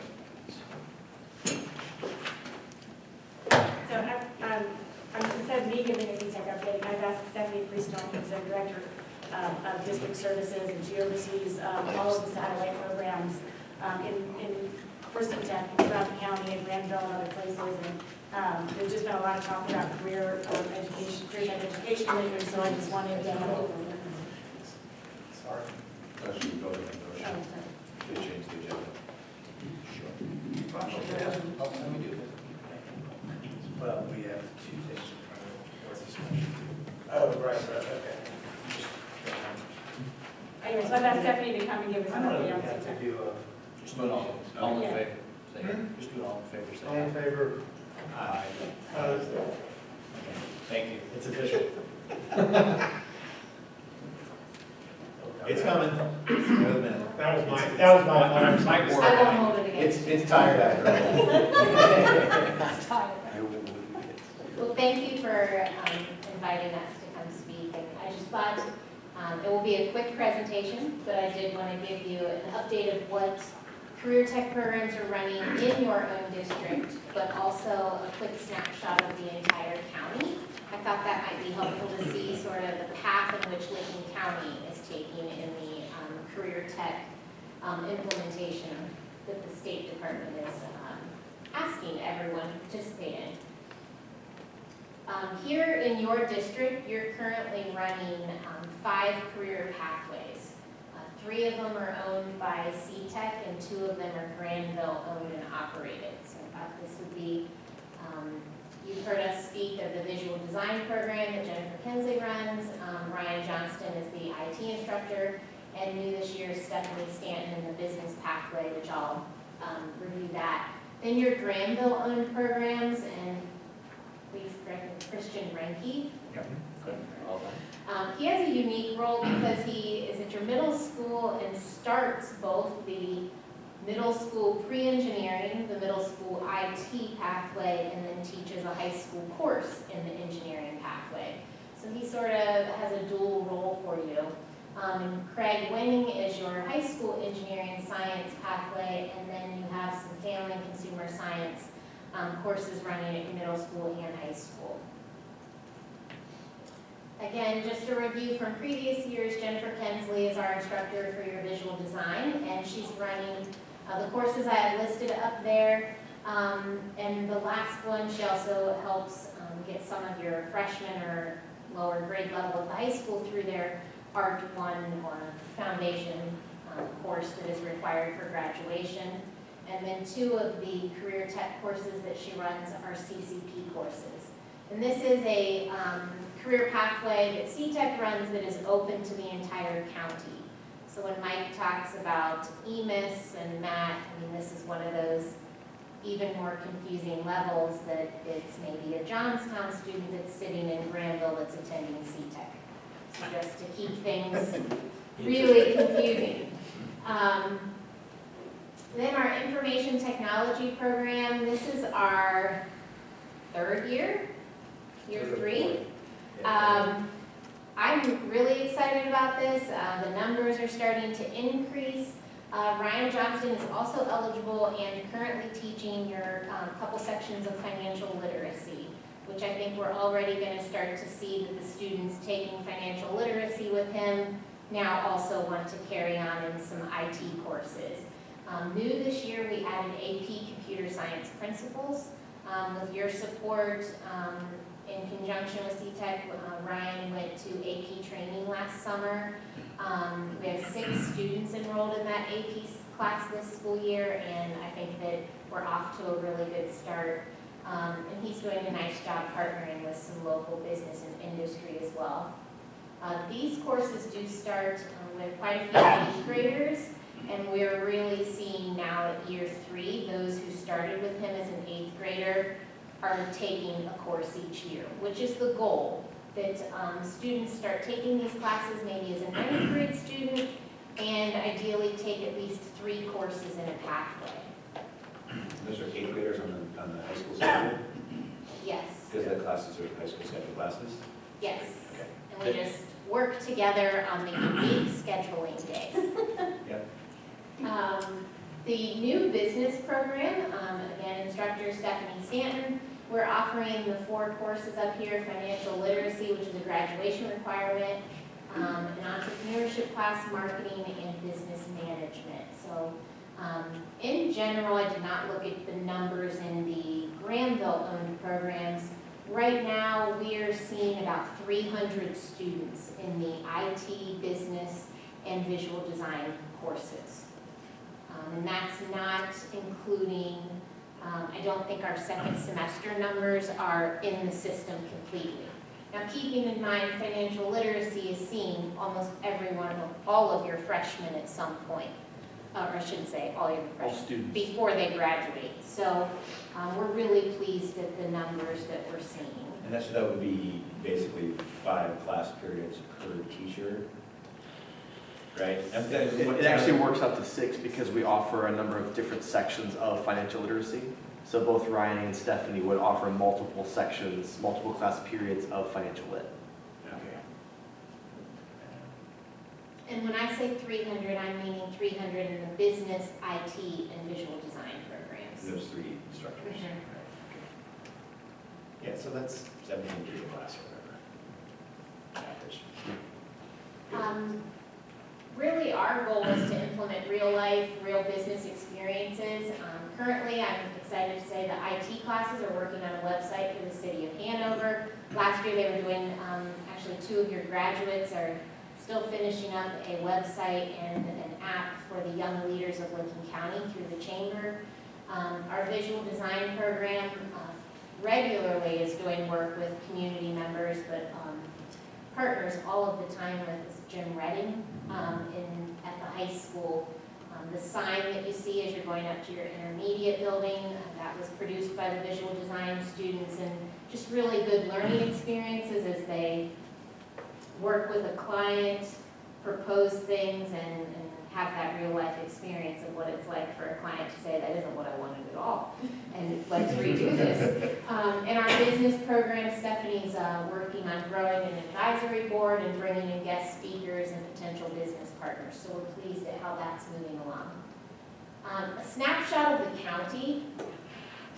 Tried to each of our districts and what they're all running at their middle schools and high schools. And I've noted which ones CTEC, I don't know what it is, okay. Noted which ones CTEC is running at the schools, and then obviously if CTEC's not listed there, then it's what the school themselves are running. So you'll see a lot of a common theme here. CTEC does not run any agriculture programs, but we are here in Licking County, so there's obviously still some running.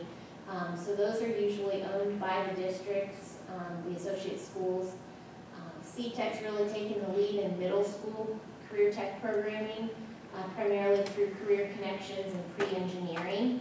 And then we do run almost all of the IT programs throughout the county. So this would, but you'll see that common theme at the middle school. And new this year, we are out at Licking Valley in the middle school, and we added another program at Licking Heights and middle school, and a teaching professionals program at the high school, and then the business program. So CTEC is running 14 programs in the county. The only districts that we're not in at this point are Newark and Johnstown. But I look for us to expand into Johnstown potentially next year. And then there's our other. So, I mean, overall, I can't thank Granville enough for the partnership as we've grown these programs. And I think something CTEC is striving to do is how do we continue to offer career tech, work with our associate schools to bring it to the students in their building and balance that out. We're very fortunate in this county that the superintendents do meet regularly, and that CTEC is seen as a partner in all of this. Not all career centers have that luxury, so I do appreciate that. Any questions? No question, just a comment. And I say this quite regularly, Bill attests to it, but I think CTEC is a best in class when it comes to the type of education that they're providing and the partnerships that they're forging. It's been a very deliberate, intentional reallocation of resources across a couple of different courses in order to meet the needs of our students. And so we're constantly re-examining. So, Mr. Durst, Mr. Bernath, Stephanie do a fantastic job of sitting down and saying, okay, how can we make this work? They're modeling problem solving every single day.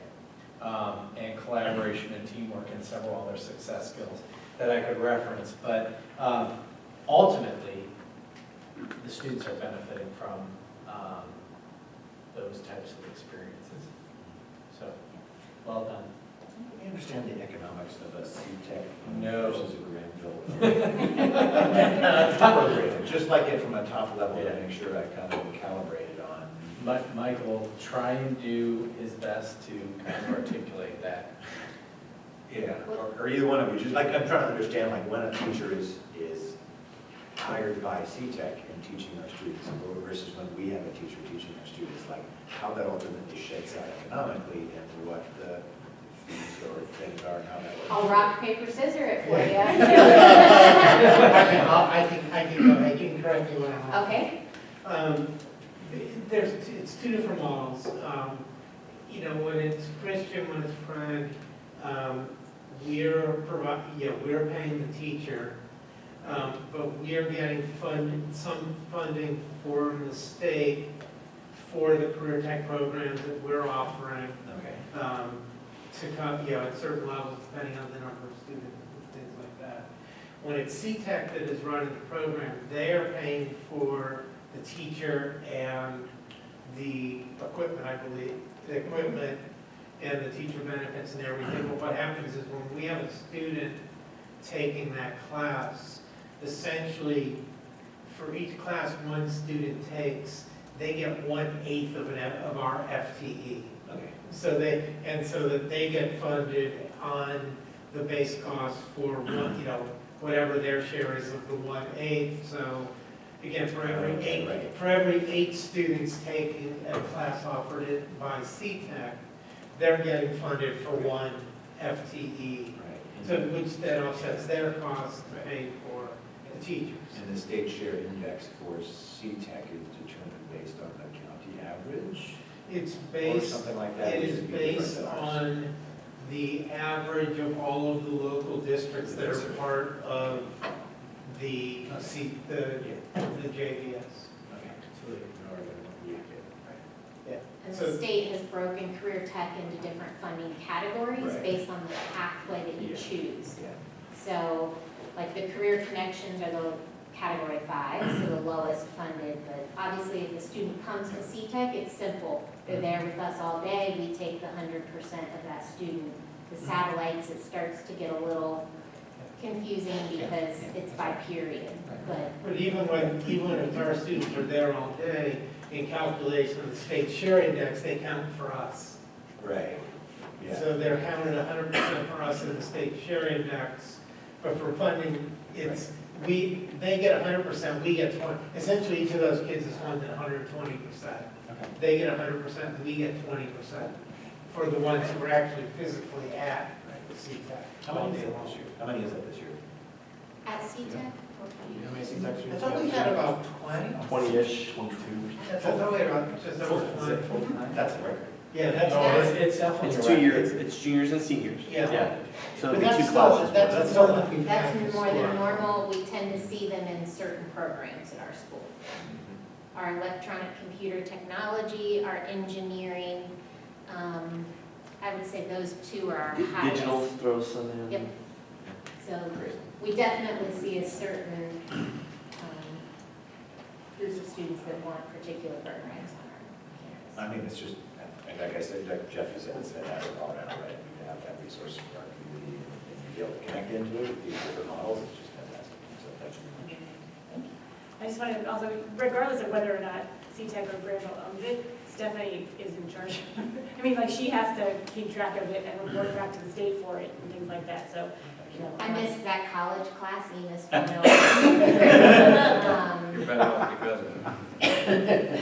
Yeah, so just, it's a big job, I mean, like, with everything that's going on, which I think, is remarkable, that, we've got, I'm just so proud. Can you tell? And it is nice to work with the principal. I mean, obviously, I have to have a partnership with the principals at every one of these schools, because, I need their input, but ultimately, it's CTEC going out to do all of the OTES evaluations and take care of all of that. So I just travel the county and pop in everywhere, so.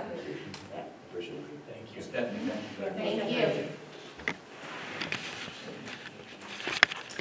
We are now at the point in our agenda where we'll entertain public comment. If there's anyone who'd like to comment, please step forward. Seeing none, let's move into board discussions. Two things on the sort of table tonight, although obviously we discussed it if you want. But, first is just sort of a general reflection on the post-levy discussion. Frankly, we're still waiting for the results to be certified. Results will be certified according to the Board of Elections on November 27th. That would be great. And then, so after that, then I'd like to have a little bit of discussion on the wellbeing task force. But first, if there are any comments or observations, post-levy discussion related. Go ahead, Joe. First, I'd like to say that once it's certified, I want to remind people that the phase-in of this revenue is very slow. It doesn't necessarily impact our outlook for this year. I've already had starts of conversations about, this or that. And so we need to be very aware that our financial outlook for this year has not changed. And so we need to be communicating that to just about any one of our numerous constituents. So just keep that in mind. I think that's a great point. Obviously, if the final election results are certified as we hope they will be, one of the things that I think we can take away from this is that the fact that we have been very open, transparent, fiscally responsible in terms of how we utilize the resources that the community gives us is an important factor, and we'll continue to do that. We will have to, as it became apparent in Mike's discussion on the Doug Patterson working group, school funding is an everlasting challenge in this state, and in every state probably, but certainly in this state. So we'll have to always work to stretch every dollar as far as we can, and we'll continue to do that, and I think the community will expect nothing less of us. The other thing I will say, and I know we're going to invite for hopefully commendation at the December meeting, the levy committee. I can't thank those folks enough for all that they did. Ike Bate was on that committee. There were so many people who gave of their time, their talent, their treasure, and contributions, and just consistently were out there with a fact-based, open, honest campaign. And it was the cleanest, classiest levy campaign I've ever seen in my years here. And I appreciate it. I also appreciate all the work that the administration did to put the facts out, to inform people, to show up anytime folks had questions and respond anytime folks had questions. It's, to me, one of the hallmarks of this community, and certainly of this administration, is how available you are to talk to people and share information with them. So I commend you for that. Anybody else? The only other thing I would add as well is that I think it's incumbent upon the board and the administration to continue to advocate for economic development and align with the comprehensive plan. So I know we will continue to do that work where we have the opportunity to. So just keep that on the front burner as well. Thank you for that. I'd just like to add something Mr. Brown said about the communication part, because I think, and I agree that the district is very transparent. I feel it's incumbent upon us that we're communicating and get out to our constituents in the community as much as possible what we're doing, why we're doing it. Because once they, and I think that's shown by the success, hopefully that's one of the things, the success of the levy was we were able to get the message and the needs of the district. And going forward, I hope, that we continue to do that. Because I really do believe we are transparent, but I think there's a difference between communicating it and necessarily being transparent, at least in my simple mind. There's two different things to do. The more we do that, I think it's easier for the public. They might not ever get the funding formula. I don't know if I ever will. But if they understand, though, our needs and why we're doing things, I think it makes it that much easier to what the district is doing and why they're doing it. Well, and what you just experienced with Stephanie being here, that was a way to increase service to kids at a lower cost to the taxpayer. So, I mean, that's a perfect example of how we reallocated a position, got a different type of program that met a need, and did not, spend taxpayer dollars on doing it. And so I completely agree with you, Fred, just having those constant talking points of ways that we have done the great work of the school district in the best interest of the taxpayer dollar. I think that needs to be reiterated. How do you get people to listen if there's not a levy on the ballot, though, right? I think that's the thing we always struggle with. 5 years from now, we'll be on the ballot again, right? For sure. And I don't know how to do better with that, right? I mean, it's one thing to be communicating and transparent and so forth, which are different nuances, but there's a listening part of it as well.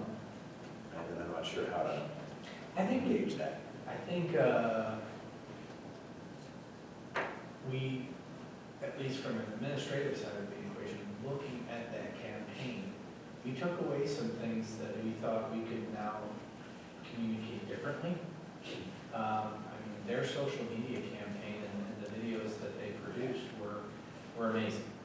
And they really resonated, they got a lot of traction. That's not something, we send out the Blue Ace News, we send out Momentum, it's stuff that people have to read. Yeah. Maybe we need to have some, With our a communications. greater emphasis. And again, we don't have a communications department. Right. So, Yeah. we're gonna be relying on people who potentially will volunteer in-kind services to do some of this work that really care about our community. Or even outsource it, or even outsource it. Or outsource, yeah. So there are some ways that I think we've looked at internally that we should do some more of that type of communication. So it might not be, that we're communicating any less, we're using it differently. Yeah, I think the point well taken is these different social media and ways to communicate in 2018, they're different. And we found out what works and what's effective. And it is a challenge since we don't have a communications department, but I'm glad to hear that we're looking at. But we have a great partner in Granville and some others. Right, Yeah. right. Yeah, And we found that it's an effective way. It's a different way, it is. but that's okay. It's effective. Yeah, when you look at the difference between the first and the second campaigns this year, right? Like, we just learned a whole lot by engaging a group of volunteers and people and local and more in this process and so forth. And maybe we need to figure out that, like, maybe it's worth, finding a way to prioritize Blue Ace News on Facebook, right? That was the thing, it cost like $20, right? And like, if you get 10 times as many reads, like, maybe that's the most effective, communication strategy. I don't know, there must be, again, consultants or even volunteers that can help along those lines, kind of give us some guidance in how you do this, because, sure enough, 5 years from now, 2023, it's going to be a whole different scene, right? Well, as soon as it's certified, Yeah. start to message every single day and every single interaction the next campaign. That's the life that we live. And I'd like to see, I'd love to see a vibrant finance committee, right, with people from all different inclinations and perspectives and find other ways to get them together, right? Because, again, the more that we can get those voices of people that really understand finances inside and out, it's like, oh, that's why they make decisions, that's why they make a roof, right? Okay, I get it, right? They can be real advocates when it comes to communicating the next level, or just communicating the success that we've got financially and how we're really trying to be financial stewards. It's easy to take pot shots if you don't know about it, right? We had a lot of those from the campaign and so forth, and it was sort of like, they brought up lots of things that may not be true, but certainly didn't have all the perspective maybe that they could have, right? I'm not sure how to keep that group actively engaged, but it was an active conversation, so let's find a way to keep that up.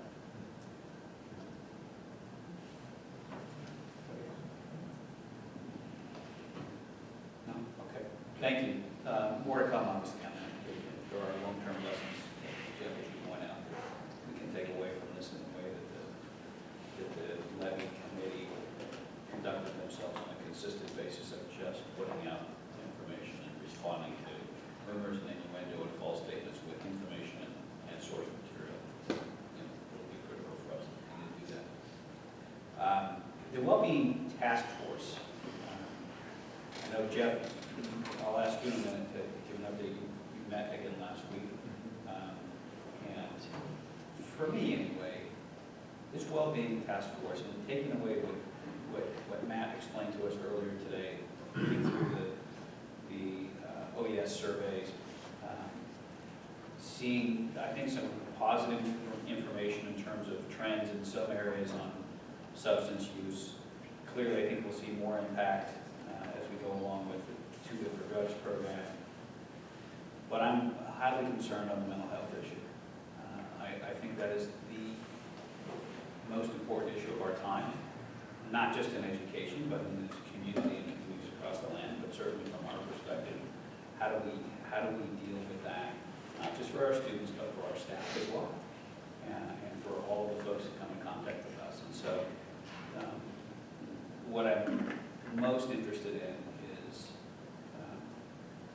continuing to have very strong board enthusiastic support for the well-being task force and for the results that come from that. I think it impacts everything that we do in terms of preparing students for their next steps in college or career, in terms of what they'll do with their lives. I think it has impacts across the board in terms of choices they make, substance use and other reckless behavior.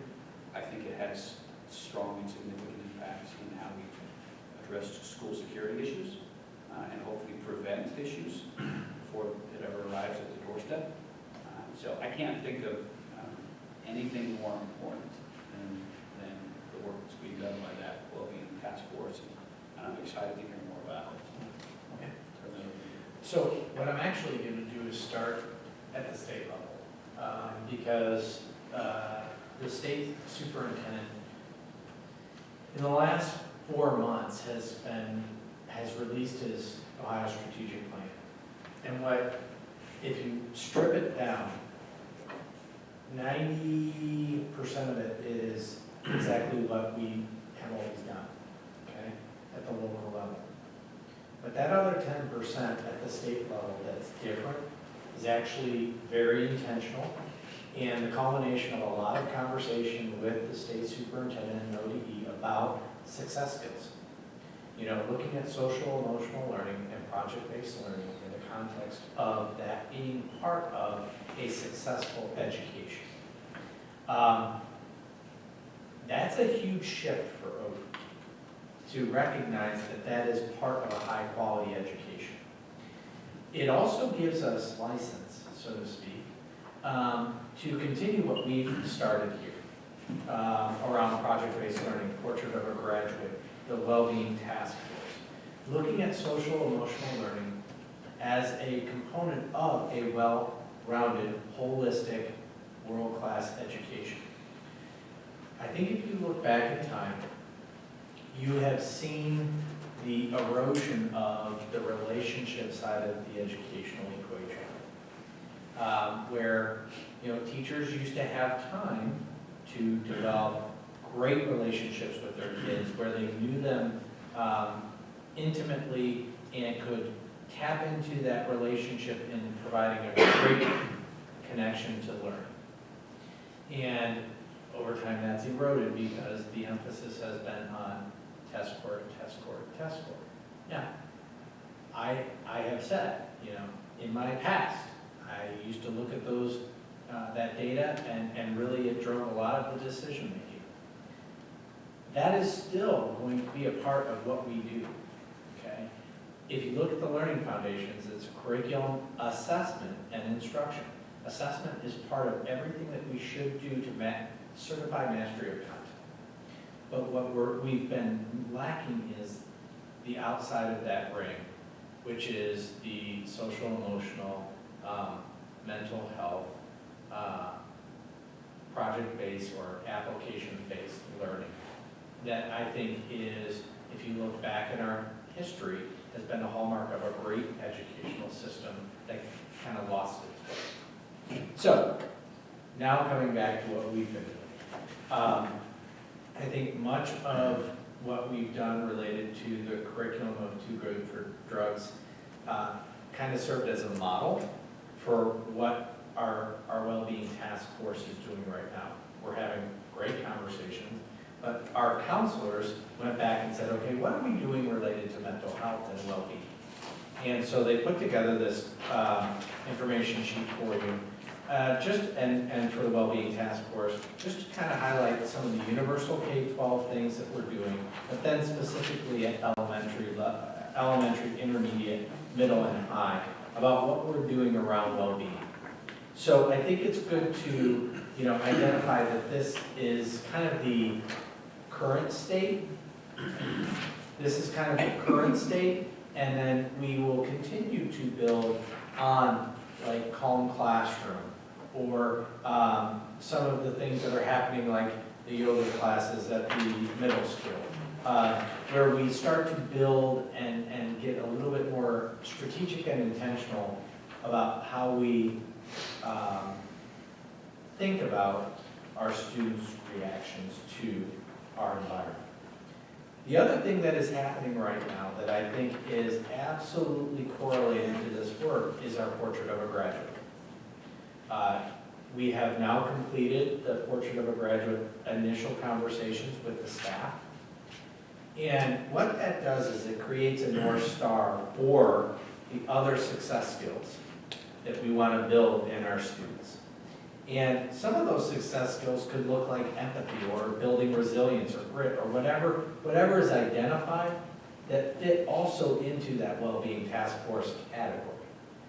And what that will do is give us the ability to create instructional frames so that teachers could articulate, okay, what does resilience look like in a kindergartner versus a 12th grader? And once we identify that, we can be very strategic in the curriculum, assessment, and instruction that we deliver to help kids have the set of success skills that we want them to have walking out of Granville. And I will tell you, we do this better than most already. We have not necessarily lost that art and science blend like I've seen across the state in some areas. And that's probably why we get the results that we get now. But we can always get better. We have always had a continuous improvement mentality. And this is an area that I agree with Russ has to continue to be prioritized and intentionally scaffolded for our young students throughout their time in Granville schools. So I'm encouraged by the work. We're being slow, deliberative, and taking opportunities on low-hanging fruit and invitations. You know, like, I mean, not to say a homework-free weekend is low-hanging fruit, but Matt didn't have to go out and generate revenue for that or, you know, convince his student body that it was the right thing to do. I think they were on board from the minute he said it. Now, the cell phone policy, you know, that was a little bit more of a conversation with every single English group. But again, all we're doing is saying that the teacher has ultimate discretion of what use is taking place during that time period. Okay? But little things have broad ripple effects. And I think this board has been very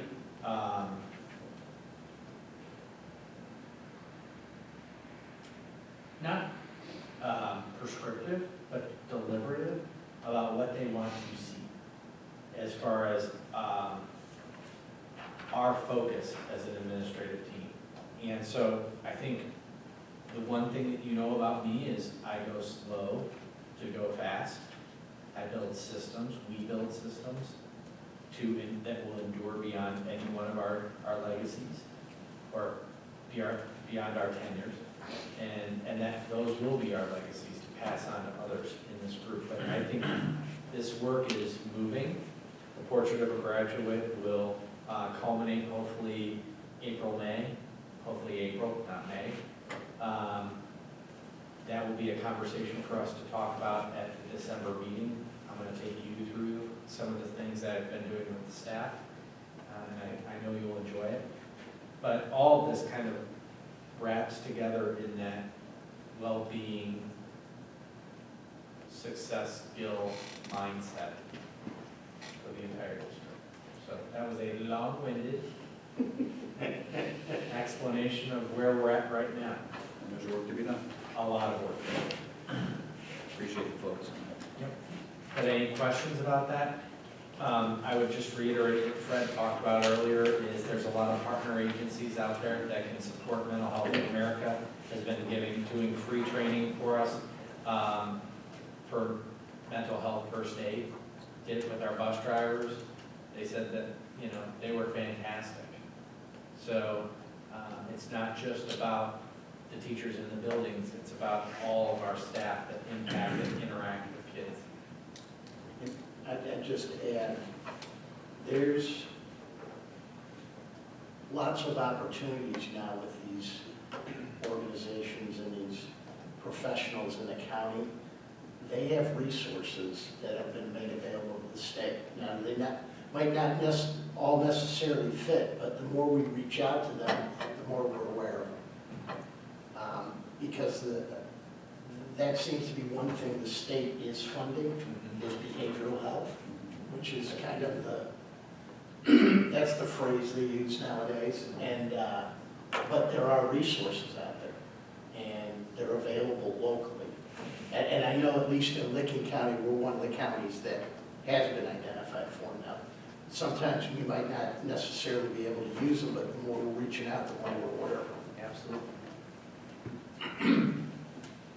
I appreciate the slow to go fast, but I would also argue that short-term goals are important as well. And, you know, I think we've talked before about, 1 year in the life of a student is pretty significant. And so for, this to take 3 to 5 years, I'm worried about the mental health of the students now. So I appreciate the things that Matt's doing at the high school with the no homework weekends and, the Friday night lights and things like that. Because those were things, again, those were some nice short-term things that, can have immediate impact.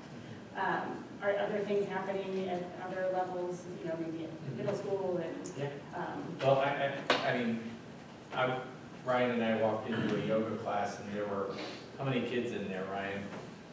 Oh, it had to have been close to 70. I was gonna say 55, 60, somewhere in there. Yeah. and that was in the middle of the day? Yeah. Huh. And so, we have that, we have the calm classroom that's happening K-12. That's great, yeah. So, I mean, we're taking advantage of every short term that we can do in the context of the broader plan. Keep going. All right, thank you. Thank you. That brings us to the action agenda. And we only have one action item, and that is to identify when kids are going to go to school in 2019-2020. So moved. Second. Discussion. And I'm going to bring Ryan up because Ryan is part of the group that facilitates, he actually does facilitate the calendar process, so you can ask me direct questions. What's that? Yeah. Part of your well-being task force, get you up and Happy to answer any questions about the calendar. So one thing I noticed is that we no longer have the 4-day weekend in October. Correct. That's sort of the mini fall break, which numerous people expressed to me when this happened, what a perfect timing it was, given, and again, most of our high school, people were talking to me going to high school, but, the kids involved in all the extracurriculars that they are, but also, this college applications and all that kind of stuff, that 4-day weekend kind of hit at a great point. So I was just curious as to why. Sure, and that was really a product of talking to our secondary teachers. In that situation, we looked at, we can have 1 4-day weekend or 2 3-day weekends. Now for the staff, it's only one. One of those days is a conference conversion day that they have there in August.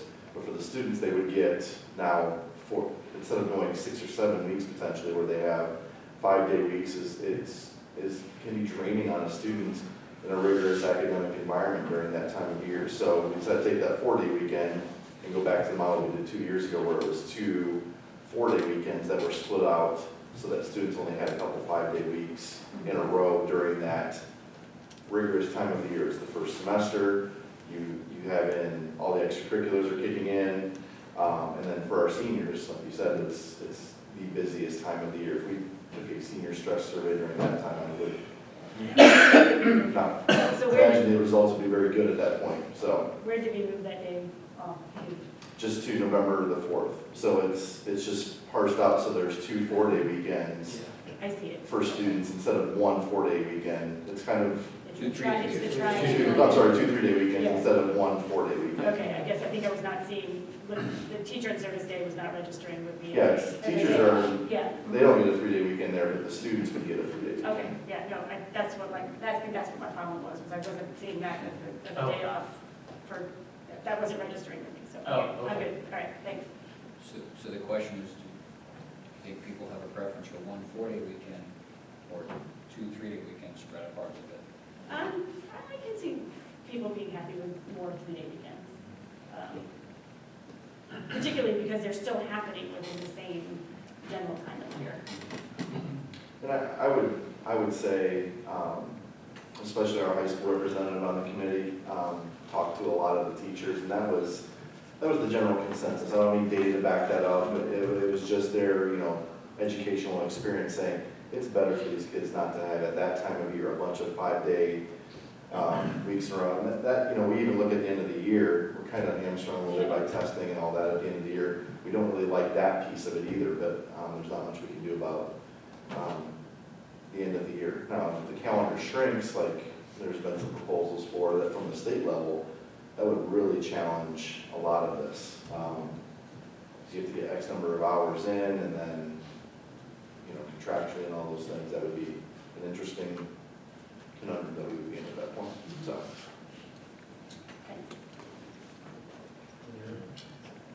Go ahead. We've had conversations in the past, and I know one of the things that came out of our innovation process was a year-round school, right? Which I think is something everybody wants to do, but the proposal was really to extend breaks throughout the school year somehow, right? Potentially a few sacrifices if you go to school the first week of June or something like that. What would that do to your schedule, and how would that look, right? To give longer or more frequent breaks within the school year. And I'm not sure from a, again, if 3-day weekends are good, like why don't we have 3 more of them? And what would that look like? When would that be? Maybe they could be no more weekends, and maybe they could do something else, and maybe, I don't know what that looks like. I just don't. Well, it seems like maybe there's an opportunity for creativity, or in a small way. Well, and we did, I think the conversation was that we did want 2 full weeks at Christmas. Yeah, that's great. That's fantastic that we're not that. Cheers to that, yeah.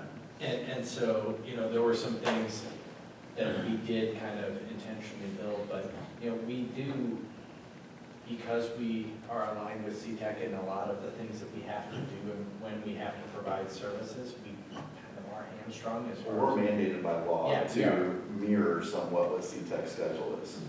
That's a mandate. I mean, that is written into. Now, can you be a little different? Absolutely. There can be small differences between the two, but And there is an expectation there. I would love if our General Assembly members, stopped focusing on having school starting after Labor Day and started focusing on more of a balanced approach. And making that more of an effort of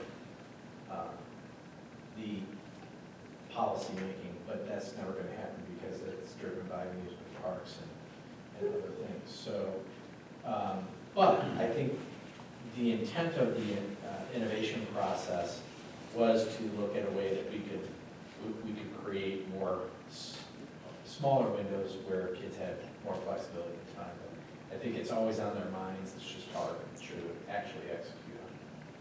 Yeah, the other feedback I get about the calendar is either Denison faculty with kids in the school or anybody with kids in college that the spring breaks don't align, right? And that's sort of a shame and so forth, and maybe there's something to do about that. But one idea I heard talked about before is a 2-week-long spring break, right? In which case the 1 week would line up with Denison or colleges and so forth, and the second week would be the same week here. In which case I'm not sure if that's a constraint relative to CTEC or if our spring break is the same time as theirs, and we have another week when that is possible. The challenge is more related to state assessments, because the state assessment window starts where their spring break window starts.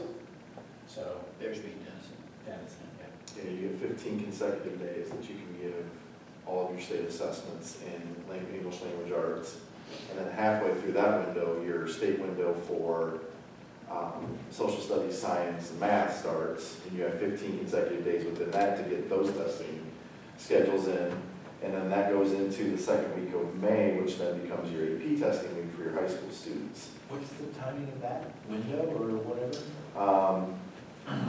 I'm going to be a little bit off on this, but I believe it starts April 6th next year. So the 6th through the 31st would be the window. You can pick any 15 consecutive days, school days within that window. So having a week of spring break before the existing week wouldn't seem to conflict with that, other than the fact that there's curriculum that needs to be studied about that. I don't think that's what, is it the week before? Yeah. Yeah. Yeah. It's the week It's in before. March. Okay. Yeah, I mean, that would be our testing window that we would choose. We would not want to test the week we come back from spring break, whether it be a 5-day spring break or a 10-day spring break, it wouldn't matter. Yeah, no, there's a week after our spring break before the testing window opens, right? So that where our window opens, is what I'm saying. But when does the 15th state, is yeah, but when does the state window? I think it starts the 30th, but don't quote me on Okay, that. but it's earlier than what we. Yes, Yeah. yeah. We try not to be on the bleeding edge of the state testing, Right. just in case things don't go well from Yeah. a technology perspective and so forth as well. Right, and extending after our spring break would lay right into that, and that would not be right to come back breaking these tests. Yeah, we really don't want to do that. In fact, that's where the schedule was until a month ago. Hey, Matt, can you get that out? You want the testing window is? They don't have 2020 policy. No, this is 1920. Right, they don't have 2020 dates yet. Does that change our? They're out there. No, Not on the website, probably. Yeah, we're just coming back, we would probably have to start testing. Because you have to have 15 consecutive days, which is I'm not sure that, like, this is, I don't want to make a motion to propose anything significantly different here and so forth. I just kind of wonder about the process, and if there's a way, kind of earlier on, or just survey, like, I don't know, 2 weeks free break might be just go crazy, maybe nobody wants that, right? I just hear it from a lot of Well, us. I do. And people with kids in college, right? Because you just never get to go. I would say one thing, and this is difficult, is, it may be difficult to say, but it's the absolute truth. No matter what you do with the calendar, you're going to get negative feedback. Yeah. So, It's a snow day. It's a snow day. It's Ryan's personal snow it day. is worse than a snow day. So, I think you're right, Brian, and I think, to Thomas's point, I mean, with 3 kids in college, their spring breaks don't line up themselves anyway. I don't think we can match up with that. I do think there's merit in looking at, maybe not now, but I think merit in looking at trying to match up with the Edison calendar, only because we have so many parents in this district, right, who, are working subject to the Denison calendar, and we also have kids in the Granville schools, and it would be nice if we could overlay. But I will tell you, 2 years ago, we sat down with Denison's faculty who created the calendar. We went through about 12 different iterations and could not find. Well, no, they can't change it, we can't Right, change it. It's a exactly. fundamental problem. The only thing we could do is get out of week. Right. That would be the way they could do it, to get them to synchronize, and that's a different thing. And I don't know how to survey the community and our constituents about if that would be a good thing or a bad thing. It means school in June, like, how does that work? I think you get a 51-49. Right. Yeah, okay, so maybe it's not, right? But And not that it's not, worth thinking about it. I do think it is. Yeah. And I've always said I think we should be going to school first week in June, rather than hurry to get out by May. But, we've got some time to do some things there. And if that lets you have more long homework and free weekends or whatever, or ways to do that, I'm kind of open to what those would be like. I'm not going to propose it now as a change or whatever, but it would be interesting to start thinking about pushing that equation and seeing what it looks like, right? And figuring out how to get the community and staff feedback about if there's anything you can feasible there. Yeah, I wonder mostly from an instructional standpoint, whether another 2-week break is desirable. That's sort of the basis of all around, year-round school, right? Is you Right, go, but unless you're really break, going breaks. year-round school, Yeah. if you're, I don't know. Well, the time would have to be pushed somewhere. Yeah. I mean, Right. Right. is that the right window to place, something that large from an instructional standpoint? Because That goes to fairly significant assessments that we're not going to go away. and it's the end of the grading period too, which is that. But again, we can always take back feedback to the committee, like sitting here. Here's what I Probably taking copious notes. The thing about it is, and I would, just to talk about, all the things you're talking about are things we've talked about. Yeah. And the reality is, the way the calendar is built statewide, that's not in the best interest of student learning. It's the things that Jeff talked about that drive that. So, that's the real crux of the issue is, you're supposed to follow this schedule, but it's really not what's best for kids in their learning potential. There are other benefits to that schedule that that we could list as well. So kids need breaks. And so I think you do see a little bit of those breaks sprinkled out more throughout the year, as much as possible within the constraints we have. So things like no homework weekends, you don't have to have a 3-day weekend, have a no homework weekend. Right. Right, Mr. Durst? True story. All right. So, Thank you, Ryan. I appreciate any other questions or comments? What I suggest that we do is keep this conversation going at some point after the turn of the year, have a further discussion just generally on it and see if we want to provide more input to the calendar committees that are going to work for next year. I think the calendar this year is a fine effort. I like the 4-day week. I also like the 2 3-day weekends. I think that makes a lot of sense. I really applaud the 2 weeks of Christmas. I think that's a great number. So, what I would ask, we have a motion, unless there's any other question. We have a motion. Unless we have any other questions or comments, let's take the roll, and then we can always revisit this issue later in our calendar. Mr. Miller? Aye. Dr. Corman? Aye. Ms. Deeds? Aye. Mr. Wolf? Aye. Mr. Janice? Aye. Thank you. Thanks, Ryan. Consent agenda is 12.01 through D, A through D. Motion? Second. Nothing to highlight except for the donations. We appreciate all the people who have given to various groups that we support. And the field trips are, as always, funded by individual payments. Questions, comments? Take the roll, please. Ms. Deeds? Aye. Mr. Wolf? Aye. Dr. Corman? Aye. Mr. Miller? Aye. Mr. Janice? Aye. Finances? Finance, first would be the October finance form. so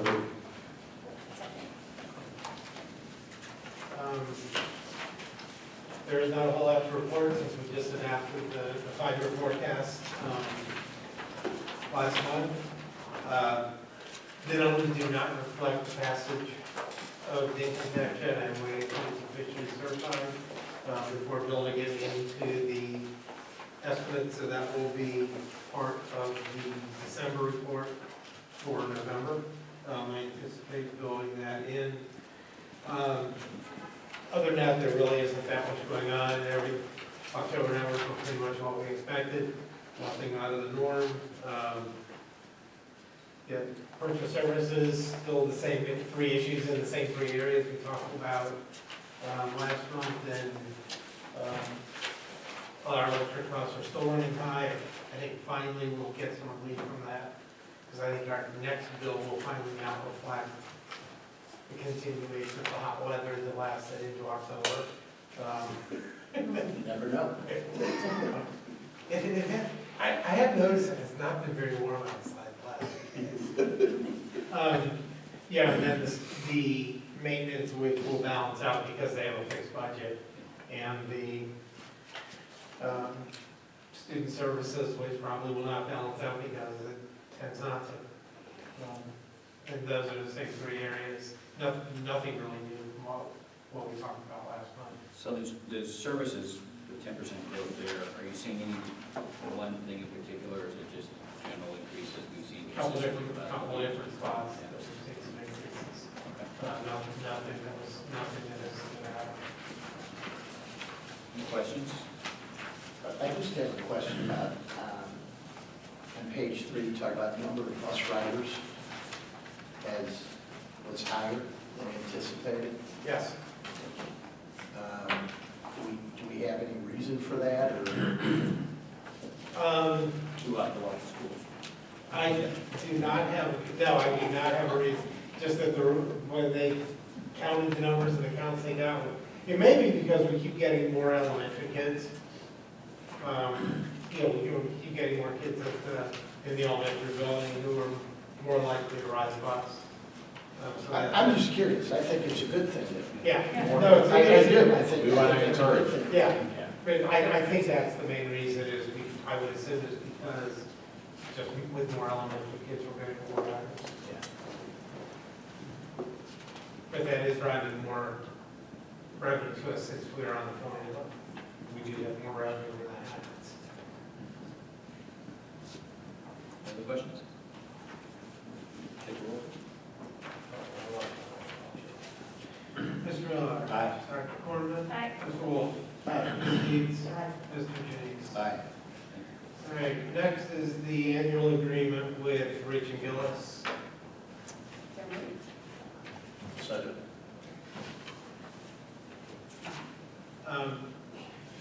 Rich and Gillis is who we contract with. They monitor the sales and other property tax stuff going on. Same terms as before. We pay a per hour rate, not any Illinois, and they are not allowed to take any action on our behalf without our prior approval. Which is part of the contract. Generally, this pays for itself at about a 4-to-1, anywhere from a 4 to 8-to-1 ratio, depending on the year, where they do a good job of identifying where we should be doing challenges and where we shouldn't be. And almost all of the ones that we do, whether it's a challenge or counter, usually the budget commission or the board of revision sides with us or very close to us because we are selected with what we do pursue. The status of your advocacy relative to the, I testified last, just recently? just 2 days. No, last Wednesday. Last Wednesday. It's Monday. It's Monday, thank you. I did testify last Wednesday at the Senate Ways and Means Committee on House Bill 343, which is a bill that would really just make it harder to, we have to jump through more hoops to do challenges and counter challenges, most of which I believe are unnecessary because most of it is practice and, as I explained to one senator I talked to briefly afterwards, that I believe it is a solution looking for a problem. And with any luck, it will not make its way out of the Senate by the end of the length up. Other questions? Dr. Corman. Aye. Mr. Wolf. Aye. Mr. Miller. Aye. Ms. Deeds. Aye. Mr. Jennings. Aye. 13.03 is the renewal of our insurance consultant contract with Gallagher Benefits. So moved.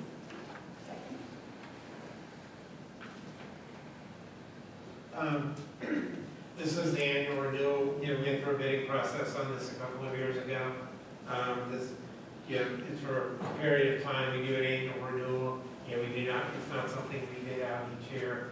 It just continues the terms of the contract as we have had them for the last 2 years. As far as Gallagher, they negotiate with Medical Mutual and with the other, our dental provider and our vision and our voluntary benefits on our behalf. For us. And Mike, they're compensated based on a percentage of contract? or- Percentage.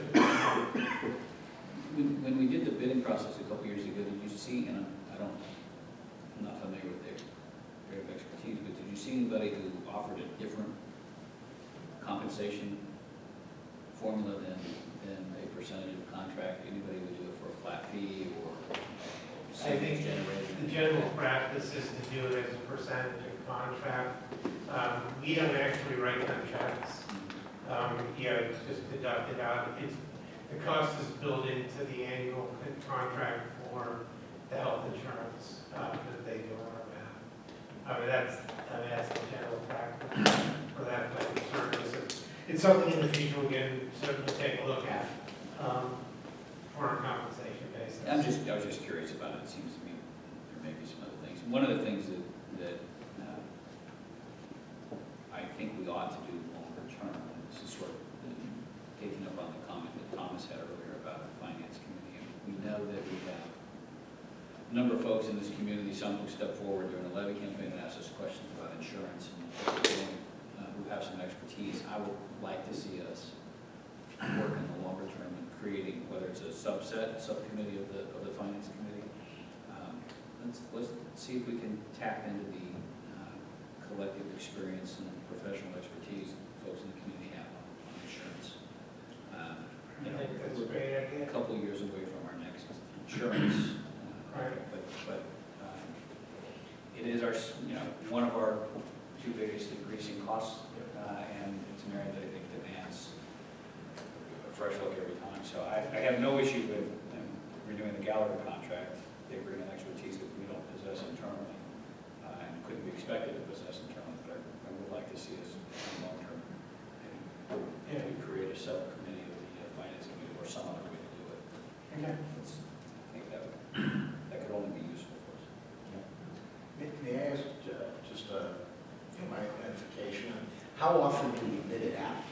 You said we did it a few years. Is there a mechanism that we follow to?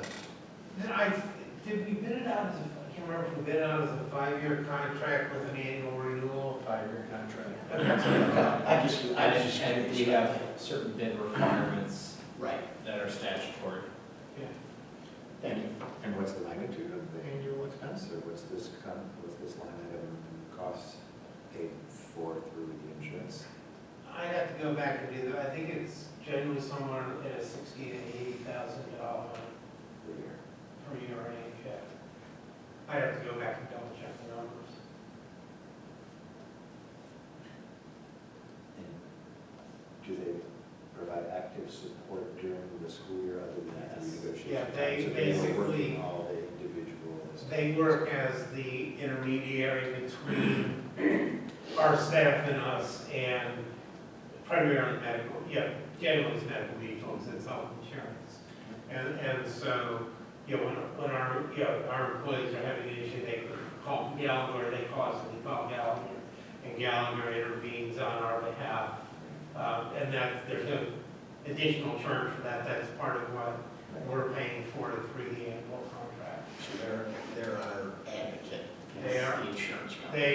They are our advocate with the insurance company. They kind of can get the ball rolling rather than our HR people having to constantly be on the horn to medical mutual or whoever it is. And that's their area of expertise, not our area of expertise in dealing with those issues.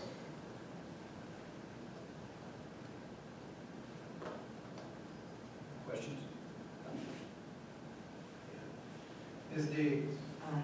Dr. Corman? Aye. Mr. Miller? Aye. Mr. Wolf? Aye. Mr. Hughes? Aye. 13.04 is approval for the sprinkler system repairs in the west wing of the high school. So moved. Second. I'm not sure how that got into Mike's area, but we'll let him have it. Probably should have been in the action item section, but, so this is just for the west wing. We've been doing piecemeal in other areas, so this will take care of that whole block that was built at one time. And we will probably have additional motions in the future related to the fire safety or life safety system. But that's something that we didn't anticipate, but it is. It is part of the $350,000 we set aside at the beginning of the year to do this. You still have reason to think that that's an adequate amount to set aside? We're hoping that it's more than enough. We're hoping that we'll have a little bit of money to divert to another cause that we seem to have. But we aren't really going to know until they get in there and start doing the work to see if. Is this the largest part of it, or is it? Yes, this is the largest section. Yeah. So it wasn't the whole building, it was just. No, it's the whole building. We're just trying to do it do it in sections. This will be done over break. Break or spring break. The problem is our buildings are utilized so often. Right. We have to find, because once you shut down life safety, you can't have anybody in there. Right. So, now, the good news is it's the academic building. So we can try and get you know, a lot of it done during the break, but it'll be interesting to see once they get in there, what else happens. It's kind of like, kind of like a ripple effect. Once you touch one thing, something else. Yes. I think there was a movie called Money. Yeah, you Thomas is looking at home. So. Any questions or comments? Mr. Miller? Aye. Mr. Wolf? Aye. Ms. Deeds? Dr. Corman? Aye. Mr. Judice? Aye. Do we have a motion?